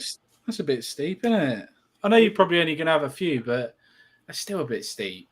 The prices just seem all over the place for that. That's all but then again, I don't want to reiterate, but that sounds like a lot. I don't want to keep saying it, but it just seems more and more like it every day. It's going like Games Workshop's pricing system. It's really random. That's so random. Yeah, I agree. Completely agree. But on the flip side of that, though, with Bolt Action and their starter armies, they're some of the best pricing for getting into a game for a whole army. You can't go wrong with one of those starter armies. 1,000 points for what? Some are 75 quid. I mean, the airborne ones are around 45, 50 pounds. And you've got 1,000 point army. You could buy that, paint it, play, and just that's all you'd need. And that's your entry into Bolt Action. So yeah, it's crazy. Isn't it? I just don't understand. But I don't understand it because you say I think they do some really good value products. I know they've pissed off a lot of people overseas, haven't they? Is it this week or is it starting next week where they've put a minimum order? Is it £50 minimum order now for anything you buy from them? And I think that's upset a lot of people on top of all the extra carriage costs and all that. I can understand. Obviously, that's a business thing. They've had to do that. But then you've got the option of, I don't know, instead of maybe the £50 carriage costs, maybe you can increase prices like just slightly to EU countries, like a lot of other businesses do in a lot of other countries. But they do anyway, don't they? They do anyway. Yeah. I think Battle Knights has got it in the comments. Sorry, I would get the comment up, but I'm trying to stick a standard onto it. He said they're charging based on how much they would sell as opposed to how much it costs to make. Yeah, that's what they're doing. Yeah. Absolutely. They 100%. Absolutely, they are. Yeah, I think he's absolutely right. It's a business model, and you can understand that. Don't have to like it if you understand it. You don't have to like it, and I think as people have saying in the chat, you can go and get who's the other mixture? Callistra. Callistra. You can buy Callistra stuff if you want to and mix it in, and probably there's no reason to. There's no reason to stay with Warlords, just Warlord range, is there? No, not at all. Go for them for your plastic infantry, but then go to the other companies for your metals. But I think again, we were talking about this when that thing about the £50 minimum came up. We're talking in our chat group. It's how often do you actually buy directly from Warlords? No, unless there's a sale. Yeah, I'm the same. I never buy directly unless there's a sale on. I always buy through one of the third-party groups because you get 20% off straight away. So even if you have to pay a bit of postage, it's cheaper than Warlords on. Do you know the exception? The exception to that, really, for me, is not even with Warlord, but miniature manufacturers direct. The only one I really buy direct from is the Perrys. Yeah. Because they got all their metals, their exclusives, and you've got, well, you can get their metals through their suppliers as well. But I like their army deals and stuff, and they seem to be quite fair with, like, if you buy multiple boxes, you get some extra stuff, which is all right. But I'm just trying to see what you can buy for that sort of Their price. postage isn't brilliant, though. I have to say, the Perrys, you don't ever get any kind of free postage with them at all. No, you do pay your postage. You do pay your postage. But whatever. But yeah, I think, it is what it is. And I think people should be... I think it was inevitable that they would make those things more expensive. As Jason said, I think quite rightly, the more unusual things, or the things they're not going to sell as much of, are always going to be more expensive. Well, just to give you a bit of a thingy here, okay? So from their SPQR range, I'm looking at the minute, okay? You can get for £12, you can get Ghoul Heroes. Mm-hmm. So that's four models, 4 character models, one on horse, one. I'll tell you what. Let me just take the screen for a second. Let me take the screen. Let me just come back. I'm not trying to think, but I'm just saying for that price, it's ridiculous. Sorry, but I'm not happy about that. Right, so you can see it. Right, so for £12, yeah. Okay. You get 4 models here, and they're proper character models. You got a druid there. And they're pretty cool poses as well. I actually really do like their poses, and I do like their ghouls and stuff that Warlord do. I really do. And that's for £12. That's for the same as that 110mm bloody wagon or whatever. Wagon. I don't get that price. And then another 8. Well, it's just it doesn't make sense. And you got £15 for a Roman. What do you call it? Guys of Romans, and you get the free book as well, or revised edition rule book. Yeah. And they're pretty reasonable prices. All of that stuff is very reasonable. Yeah, really like it. Really, really. But you don't need to buy a huge warband for these for SPQR, do you? No. Well, I don't know. Basically, SPQR, mate. You buy a box of infantry, a box of archers if you go and Ghoul, and some heroes, and that's it. That's all you need, and the game's done. I do think it's we hopefully at some point we'll get somebody on from Warlords and talk through the pricing model, because I'd love to know how they go about it, because maybe there's something hidden in there that we don't know, but it just seems to me that's very arbitrary pricing. I don't quite get the logic of it. But anyway, we're not going to bash them because they do some really good stuff. They do some lovely things. I was going to say, I won't bash them because essentially they're the company that got me back into hobby through bolt action. Bolt action's kept me, amused for the past 6 or 7 years. I've invested a lot of my time playing it. I love the game, and as a company, they're first rate. Last year when we first started lockdown, they did so much for me and helped me promote my channel. So I'll always be eternally grateful to them. I think they've got some of the best customer service as well. Yeah. I mean, if you have a problem, they sort it out. Yeah, they do it. But at the same time, though, is we're out here, and sometimes we can be sometimes voices of the hobby in people. And if something's wrong, I'll call it out. I won't not call it out. Don't care what company does it or who does it. If something doesn't seem right to me, I'm not going to sugarcoat it. I'm going to say that just doesn't seem right. No, I agree. It's not right. But yeah, there we go. Rant over. Let's talk about our friends the Perrys. Let's talk about these beautiful. We've been on twice now, so we can say yeah, we can. So these are Prussian Grenadiers, 1806, which just look lovely. I think Alan sculpted these, didn't he? And they're just. I think so. They're just. Yeah. I'll tell you what. What makes a Perry miniature is the face, isn't it? It's just the detail. Yeah. They're so individual, aren't they? They just really are. Really, really nice. And talking about the Perrys, I know some of you guys know about this already, but Thursday, next Thursday, isn't it? 25th, on Thursday. Sorry, if you haven't already seen this, there's it's sort of a documentary live talk thing about the display that the Royal Armouries put on of Agincourt. Yeah, using Perry models. It's perfect that day. Guess why? Because it's Agincourt Day. It's my birthday. Oh, okay. You're allowed look, they've done that just for me. Just for you. So there you go. But that's the wrong period for you, mate, isn't it? It's my period, 100 years. Well, you better get on and bloody paint some more then. Paint some under your figures. Anyway, if you want to look at this, it looks like it's going to be good. You've got the guys from the curator from the Royal Armouries, which is a fantastic visit when the museum's reopened. Well, I know. I need to get down there. You've got the guy who built the diorama itself, and then the Perry twins are there because they provided all the figures and what have you. So it should be quite an interesting watch. It's 5 o'clock. Until 6 o'clock, which is a weird time to have it, but I'm going to sneak off from work and do it. What time is it? What time? 5 o'clock in the afternoon. Oh no, I'm going to have to try. Yeah, I know, but I'm going to assume I don't want to. You'll be working.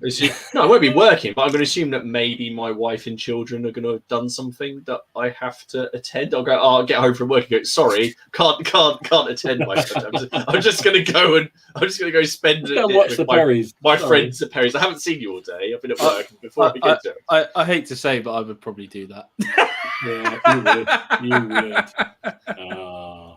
Anyway, check it out if you're interested. It should be quite interesting. You have to get a ticket, even though it's free, and they send you a link. Basically, is the way it works. So if you do a search on Facebook for the Agincourt diorama, you should be able to find it. I should imagine. If I remember, I'll put a link in the chat somewhere. I think it's going to be really cool. To be fair, yeah, it should be interesting. Other things I saw: Oathmark. Those who love Oathmark, there's some human cavalry coming. They look actually really nice.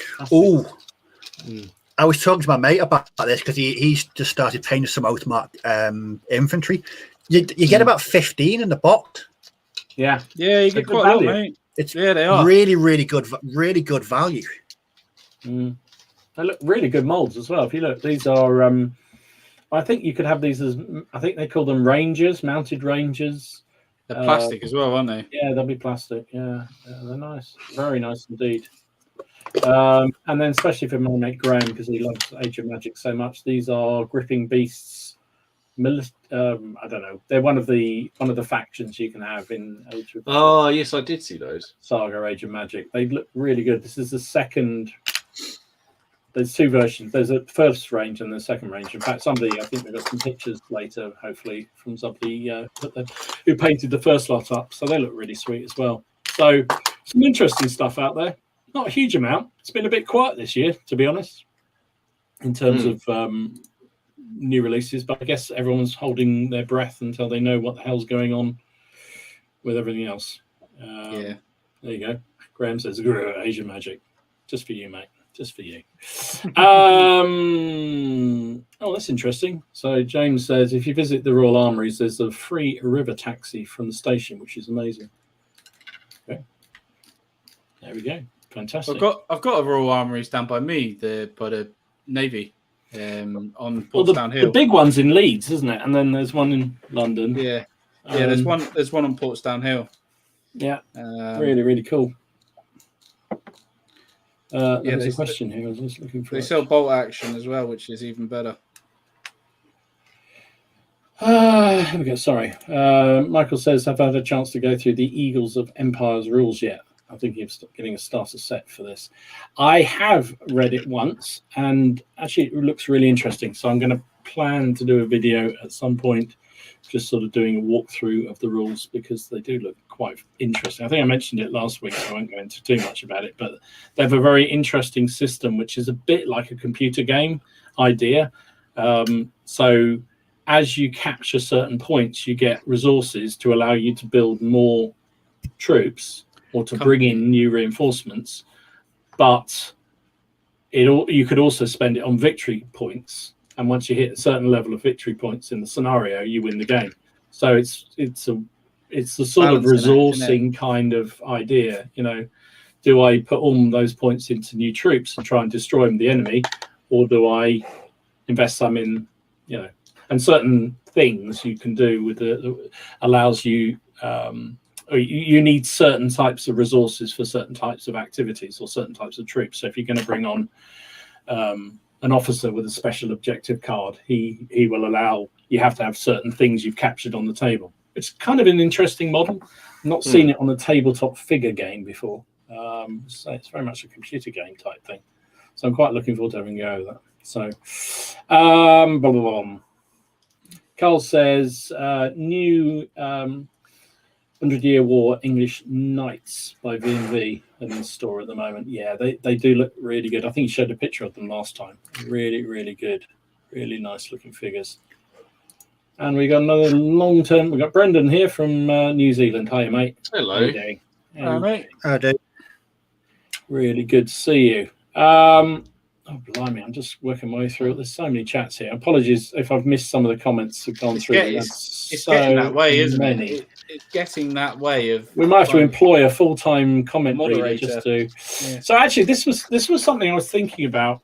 So Lee asked this: opinions on 3D miniature files versus physical figures, resin or what have you. And I was going to bring this up because I was going to ask Annie actually, but so she didn't turn up, which was a real shame, because I've lost the picture now. But they're Atlantis Miniatures, who do fabulous figures, fantasy stuff, have just announced a 3D printing system, so you can buy the files from their games, for their figures, and print them at home.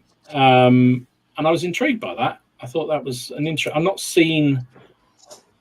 say they're necessarily a mainstream designer, but they're certainly one of those companies that produce a lot of figures and, you know, traditionally do normal figures. So I'm surprised that they're doing it, and I'm just intrigued. What do you guys think about that? Would you do that? Would you buy the files and print them out if you had a printer, of course? Yeah. If it was something that I wanted, then yeah, I guess I would. I don't really see. Yeah, I think I would. What do you reckon generally about plastic? You know, generally the bought stuff versus the printed stuff. Go on, Steve. Yeah, go on. You go first, mate. No, I was just gonna say I've seen no problem with it. I've very little experience in actually painting 3D printed models. In fact, the only ones I've ever done are those 3 little mini tankettes that I from Gary at Paint and Glue, which are really, really nice. They're really lovely to paint. I think for me that was a sort of a watershed moment. I was like, because I'd always been a bit a bit hesitant about it. I don't know. Maybe I'm just old school. I always swore I'd never have a Kindle, but now I do. I've been dragged kicking and getting into technology, but no, I think I don't think there's any drawbacks to it. I think it's going to make the hobby a bit more accessible. And as someone who likes kit bashing, I think it's going to open up so many possibilities, because imagine a company just doing arms or heads, and you think, well, I just need a couple of those, just print them off. Bish bash bosh, jobs are gotten. So I can only see positives in it. On the opposite.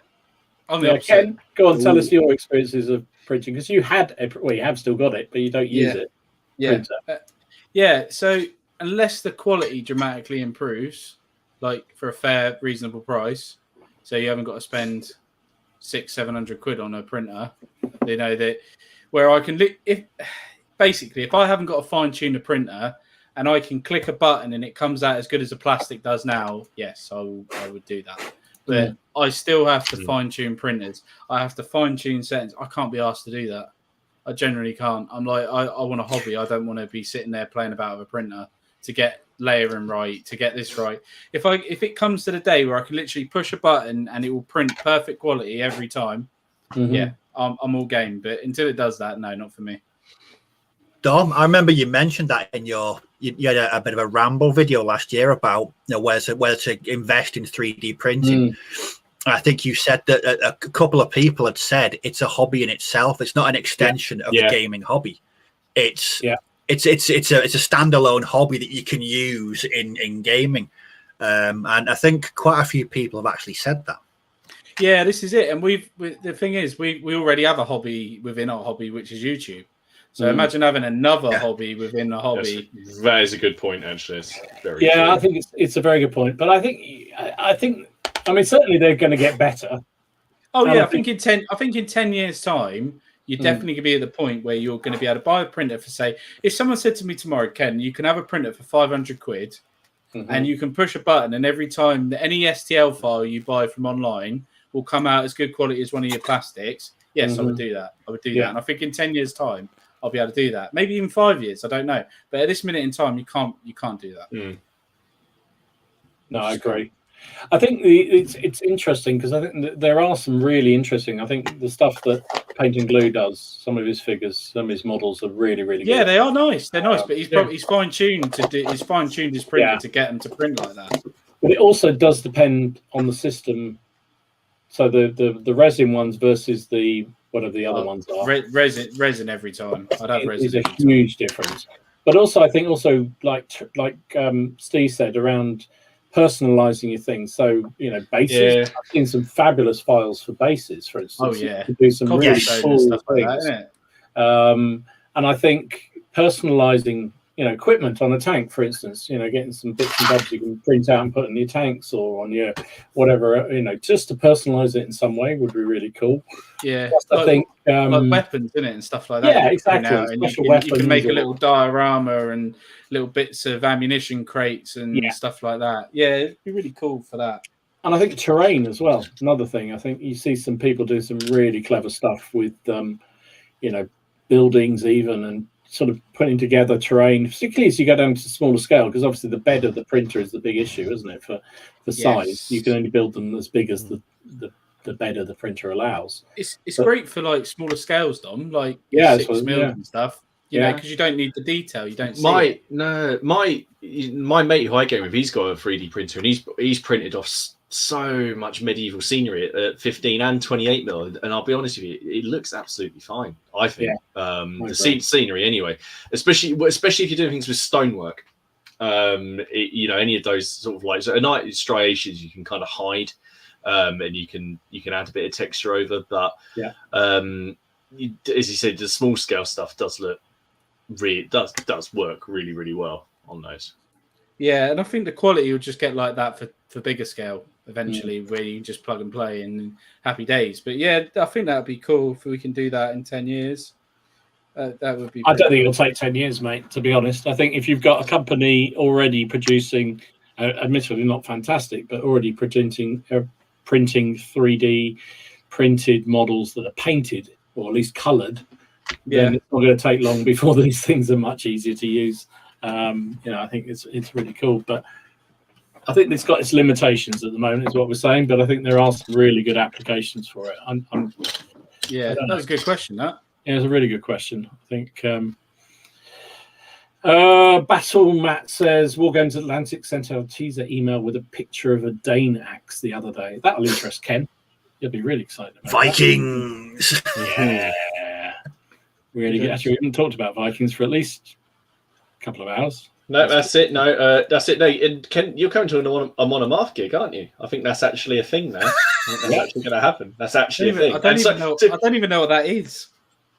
It's if you want a translation, it's the Tolkien language for Mount Doom, but that's also the name the band took. There you go. So there's Tolkien's involved. Oh, that's all right then. I'll give it a go. He's happy then. I don't know why you're waiting, Dom. You're coming as well. So, I told you, I'm up for it, mate. I'm up for it. I want to. If we can get a little wall of death going like that video I sent, that would be. That doesn't sound very friendly. Did you watch the video, Ken? I sent. No, I didn't, mate. To be honest with you, no. I'll have to watch it. Is it quite Just watch the first 30 seconds. You'll be fine. It's fine. But I do feel that Steve would be at home in the middle of it with an axe. What? With a fucking axe? You'll have to watch it. Just watch it. I'll resend it to you. You'll enjoy. Okay, let's move on. So, Graham Prager said, I knew Warlords Workshop would pull that dangle a carrot of the game and then boom 40 quid for a bunch of 13.5 mil figures. Yeah, I think it was inevitable they would be more, but I think, as we've said, I think the fact these aren't going to be you're not going to need many of them, so their production costs are going to be higher for them. But yeah, I think they are a little bit expensive. Well, a lot bit expensive. That says really expensive. £6 for 3 12 mil officers. Yeah, I mean, but then people spend 15 quid on one single figure, don't they? Sometimes, 28 mils. So I suppose if you're collecting that, it's all relative. If you're collecting that army and that's what you want to do, then you'll be willing to spend that to get it, won't you? I mean, the fact that for 6 quid you can get like a pack of Perry's generals. On foot, it's all relative to what you're painting, isn't it? If that's what you've chosen to do, then you'll go that little extra, I suppose. James makes a point, which I think I've seen a few people. I think actually Leon said this as well about the epic stuff. He said the biggest disappointment is the battalions don't really save any space over 28 mil. You end up having the same or larger frontage. So the only benefit is the wow factor. But I think that's if you use 4 or 5, whatever it is they have as their big battalions. But if you buy those command bases, you could create smaller battalions. You don't have to do it. You could do it. You could do 3 bases of 6 stands, which is I think that'd work quite well. I think it would. Yeah. Well, I said before, the way we've used, so I play 15 mil ACW occasionally, and we play black powder, and the way we do it is we have the number of elements that matches the stamina of the unit. So if it's a 3 stamina unit, you'll have 3 bases. If it's a 2, you'll have 2 bases.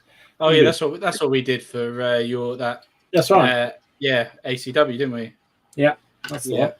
So I think you don't have to do it just because they say you should use however many they say you should use, because that is a huge unit. They want you to buy as many as they can possibly get. Yeah, exactly. They want you to buy it, so of course they want you to. Peter says, hi, Peter. I haven't said hello to you tonight. Sorry, mate. He said Warlord's price is based around the amount of work for the mold and how many you can press out and fit into it. And I think that's fair. I think that's exactly right. I think it's no doubt about it that the reason why they built all those epic infantry in a long line, they're all joined up together, is it's a simple process of producing them. Whereas when you start breaking them out into individual figures, it's a much more complicated process and a lot harder to do.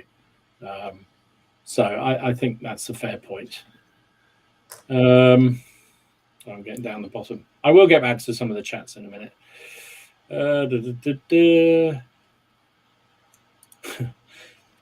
Me here, he says, yep, Perry's can do no wrong. Let's face it, gods of the hobby. Martin. I agree. I do agree. Martin will always agree. Never let it be said that Martin says anything bad about the Perrys.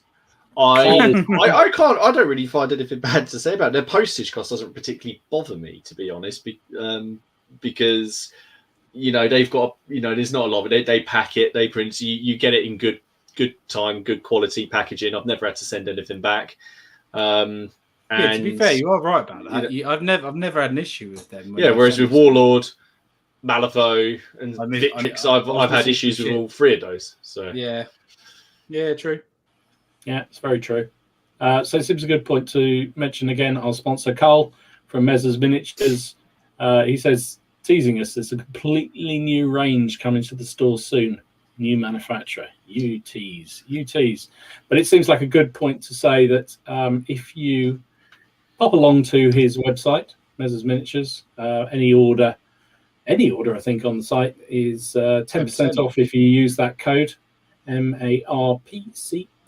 If you use that, you get 10% off everything. So when he does put this new stuff up, you can go in and bang it in there, and jobs are good. Blah blah. I'm just heading down through here. Yes, Evil Reaper says customer service is top notch and community exactly. Yeah, I think Warlords do a lot of really good stuff. Yeah, they do. Absolutely.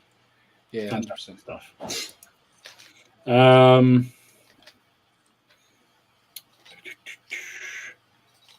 Have you got any of our any pictures? Yeah, I'll get to that. I was just saying, I'm just getting to the bottom of the chat. So everyone's congratulating Travis. He's in the chat saying congratulations for being shortlisted on that award. So brilliant, fantastic, good job, mate. Yeah, well done, mate. Nice. Top stuff. So let's have a look at some of the pictures we had in. I won't do every single thing because we are getting so many pictures, which is fantastic to see. So a reminder, if you haven't already done it, join the Plastic Crack Podcast Facebook page. I don't know how many we're on now, Ken, over 100 and something or other. 120 odd, I think now. 120, is it? Bloody hell. Is the link in the description? The link will be in the description when I get around to putting it there. But if you search Plastic Crack, I'm sure you'll find something very entertaining, even if it's not us. 125. There you go. 125. If you want to join, you just have to answer 3 very, very simple questions, which is just basically designed to get rid of the spam lots. So don't worry about that. So I'm going to start with somebody who's clearly been influenced by Martin. Oh yeah, this is based on Matthew. It's based on the aptly named. It's a Graham Turner painting just called The Rout. After Towton. Yeah, that's the one. Look at those lovely Yorkists riding down those Lancastrian bastards. It's great. What I like about it is he's obviously got a mix of both sides on there, which I think is quite cool. And also the snow looks wicked as well. And I like the blood stain that he's done on the snow. Isn't just really. I just think it looks really cool. And he's also done lots of. It's subtle but good, isn't it? Yeah, it's not like really stark red. And of course, it's all the better because they're Northumberland's men that are getting chopped to pieces. And we'll have to show one of our longest followers of all our channels, I think, Leslie. Leslie put up some of his Bavarians, nice. Which look really neat and very nice. Very nice. I would expect with Leslie's work. Very nice to see. So thank you for putting those up. What else we got here? Oh my goodness, there's so many. I'm going to call out for Rory, Culloden Painting. He stuck this up. I'm sure most of you are already well familiar with Culloden Painting. He does some awesome painting videos, really, really good. And he did a painting video for painting these fellas, French Napoleonics, which now, actually I sat there and I went, geez, that was easy. Even I could do that. They are Perry, aren't they? Or are they Warlord? I can't tell. They're No, hang on. I don't know. I think they're Warlord. I think they might be Warlord. Are they? No, they're Perry. No, I think they're Perry. They're Perry. They're Perry. Are they the 1815 box? Oh, they're the older box, aren't they? The 1812 to 15 box. Yeah. Yes. I don't know, but if you're not already a subscriber of Culloden Painting, hop over there, click on that subscribe, much as you should do for all 4 of us, obviously. But he does awesome, really simple. He's a very, very good painter. And he did a step-by-step guide on how to do that, and it was really, really impressive. Did enjoy it. I thought about getting some French for a minute. I can approve. For a Andrew, minute. here goes something up Steve Street. This is Andrew Hall showing off some of his Germans that he's been Nice. working Yeah, on. nice. He's got some nice. That almost looks like your weirdo turnip heads from the other week there with those foliage on the head. I love it. Almost Love do. it. Love it. But he No, also they're really showed cool, off- mate. Really good stuff. He also showed off some of his Maori Wars stuff, which is a really cool setup. So look at these fellas. Oh, nice. Look at these. Nice. Awesome. Very nice. They, Now that's a period you don't see very often. No, you don't. No. No, that's a bit niche, isn't it? It certainly is. I'm well impressed with those Maoris. Look at them. Sheesh. That's very cool.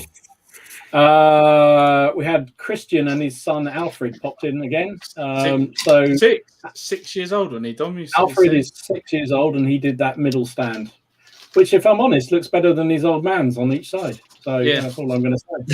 Yeah. Yeah, they're nice, man. It's nice. Isn't Nice it? job. That's it's a great cracking hobby. That really, really good. Yeah, it's great to see young people getting into historicals as well, which is absolutely. really cool. Definitely.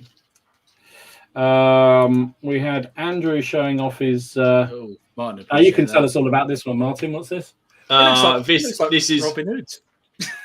He looks like Robin. How's he look like His Robin Hood? hat, his green hat. It just made me think of Robin Hood. Ken. Oh dear.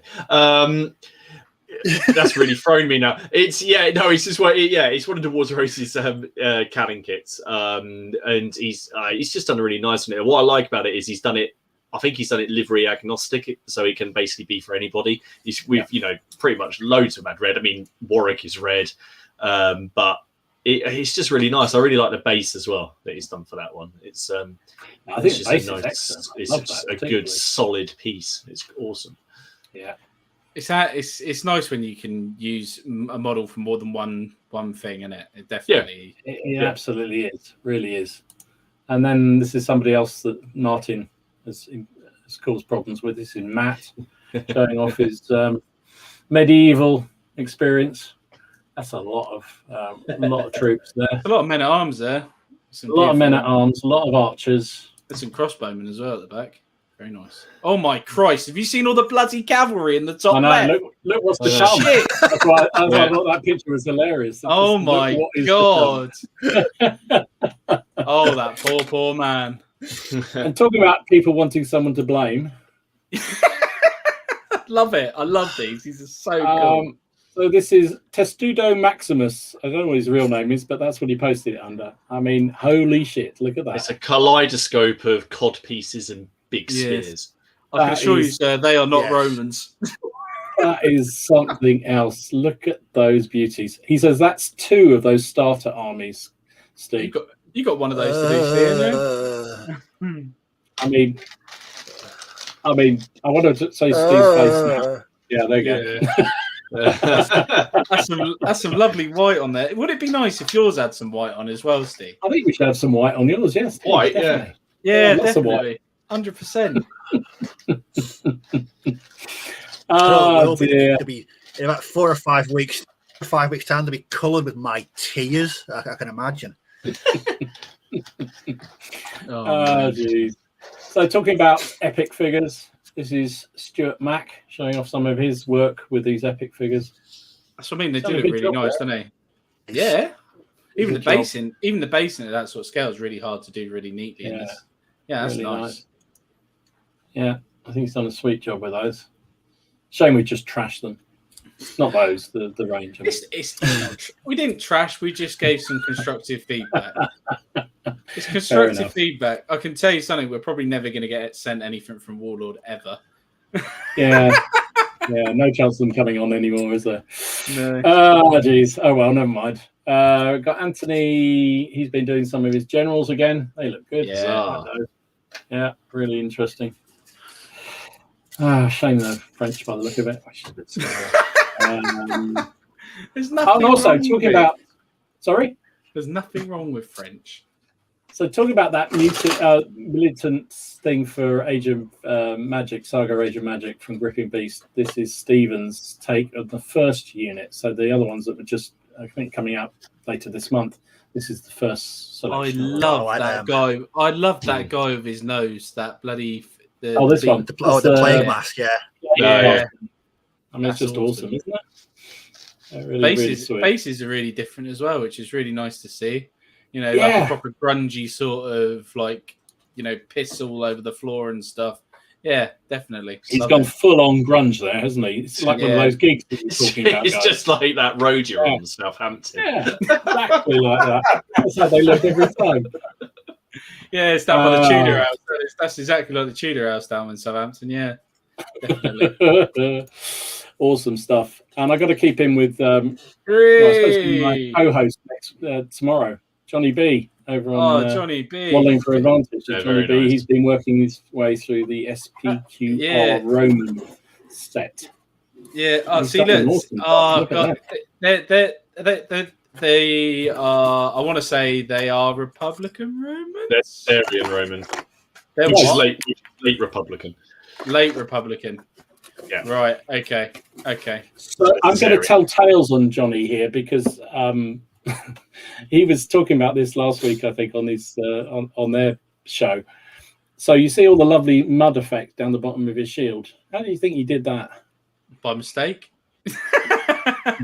Well, that's how I would do it. No idea. But rather than using, some sort of really clever thing, he actually got some kind of paint and he put it on a stick and then flicked it with another stick onto the bottom of the shield, which he said took forever. But the effect's actually pretty good. But yeah, it's kind of Sponge would do it as well, wouldn't it? But yeah, no, that's Sponge would be it'd be interesting, that one. I don't know whether Sponge would give you the same effect, but there you go. Anyway, there's a number of them. There are loads more, so if you haven't already done so, hop over to the Facebook We've page. just had a couple of new members join that I've just approved as we are talking, who are already posting up pictures in there. I've just seen. Oh my goodness.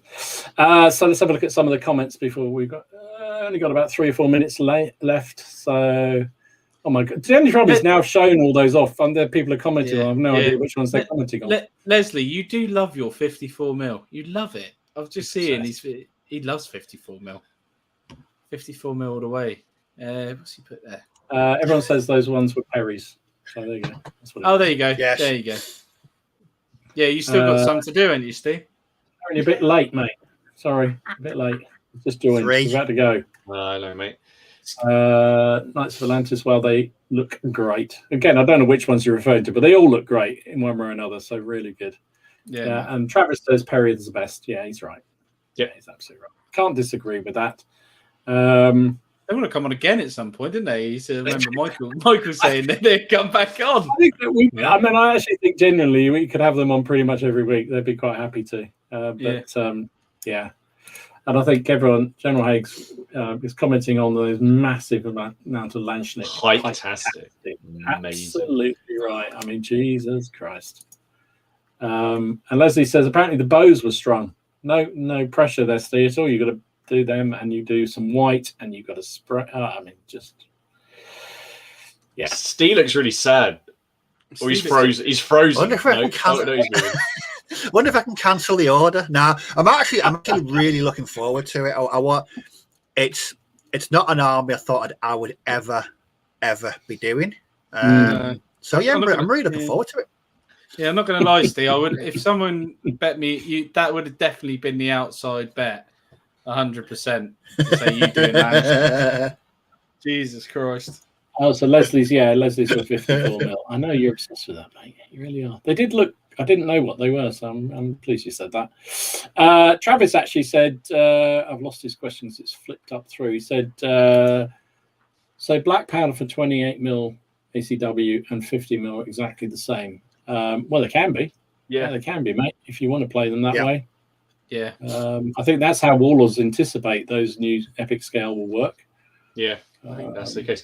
I have just, if it's all right, because my hands are bleeding and I managed to put up a photo. So if anyone's wondering why I kept swearing, it's because I've just stuck all those together. Ow!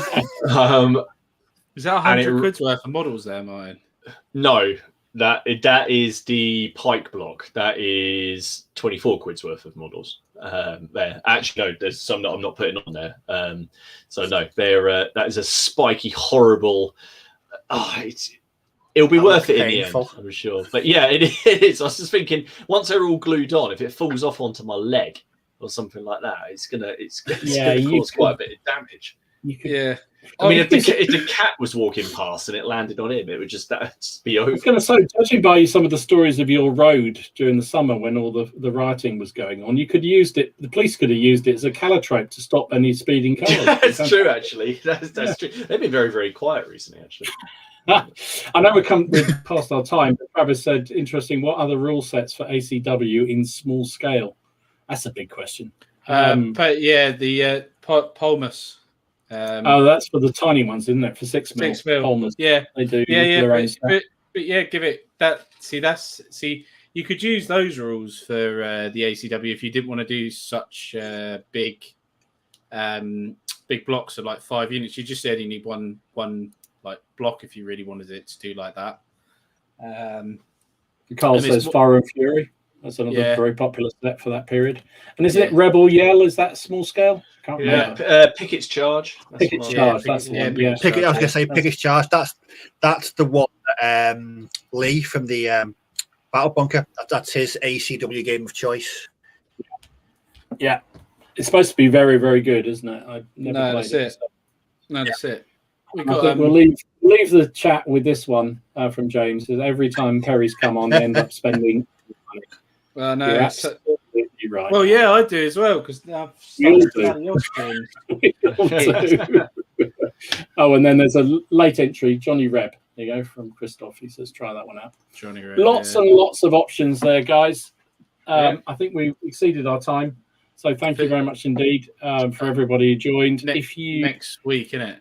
Next week is it is next week. No, it's not next week. It's next week's going to be me hosting, isn't it? Because you're not. So Ken is hosting next week. So get over to his channel, whatever it's called, and all links are in description down below. For all the different channels. I love winding him up. Also, get over to Mezzers Minis. Use the code MERPCP for 10% off. Don't forget all the stuff he's got up there. Some really nice stuff. And thanks as ever for watching. Really, really appreciate it. Thanks for spending your Monday night with us. And we'll see you again next week. Stay safe, stay well. Take care. See you soon. Bye. Bye. See you later.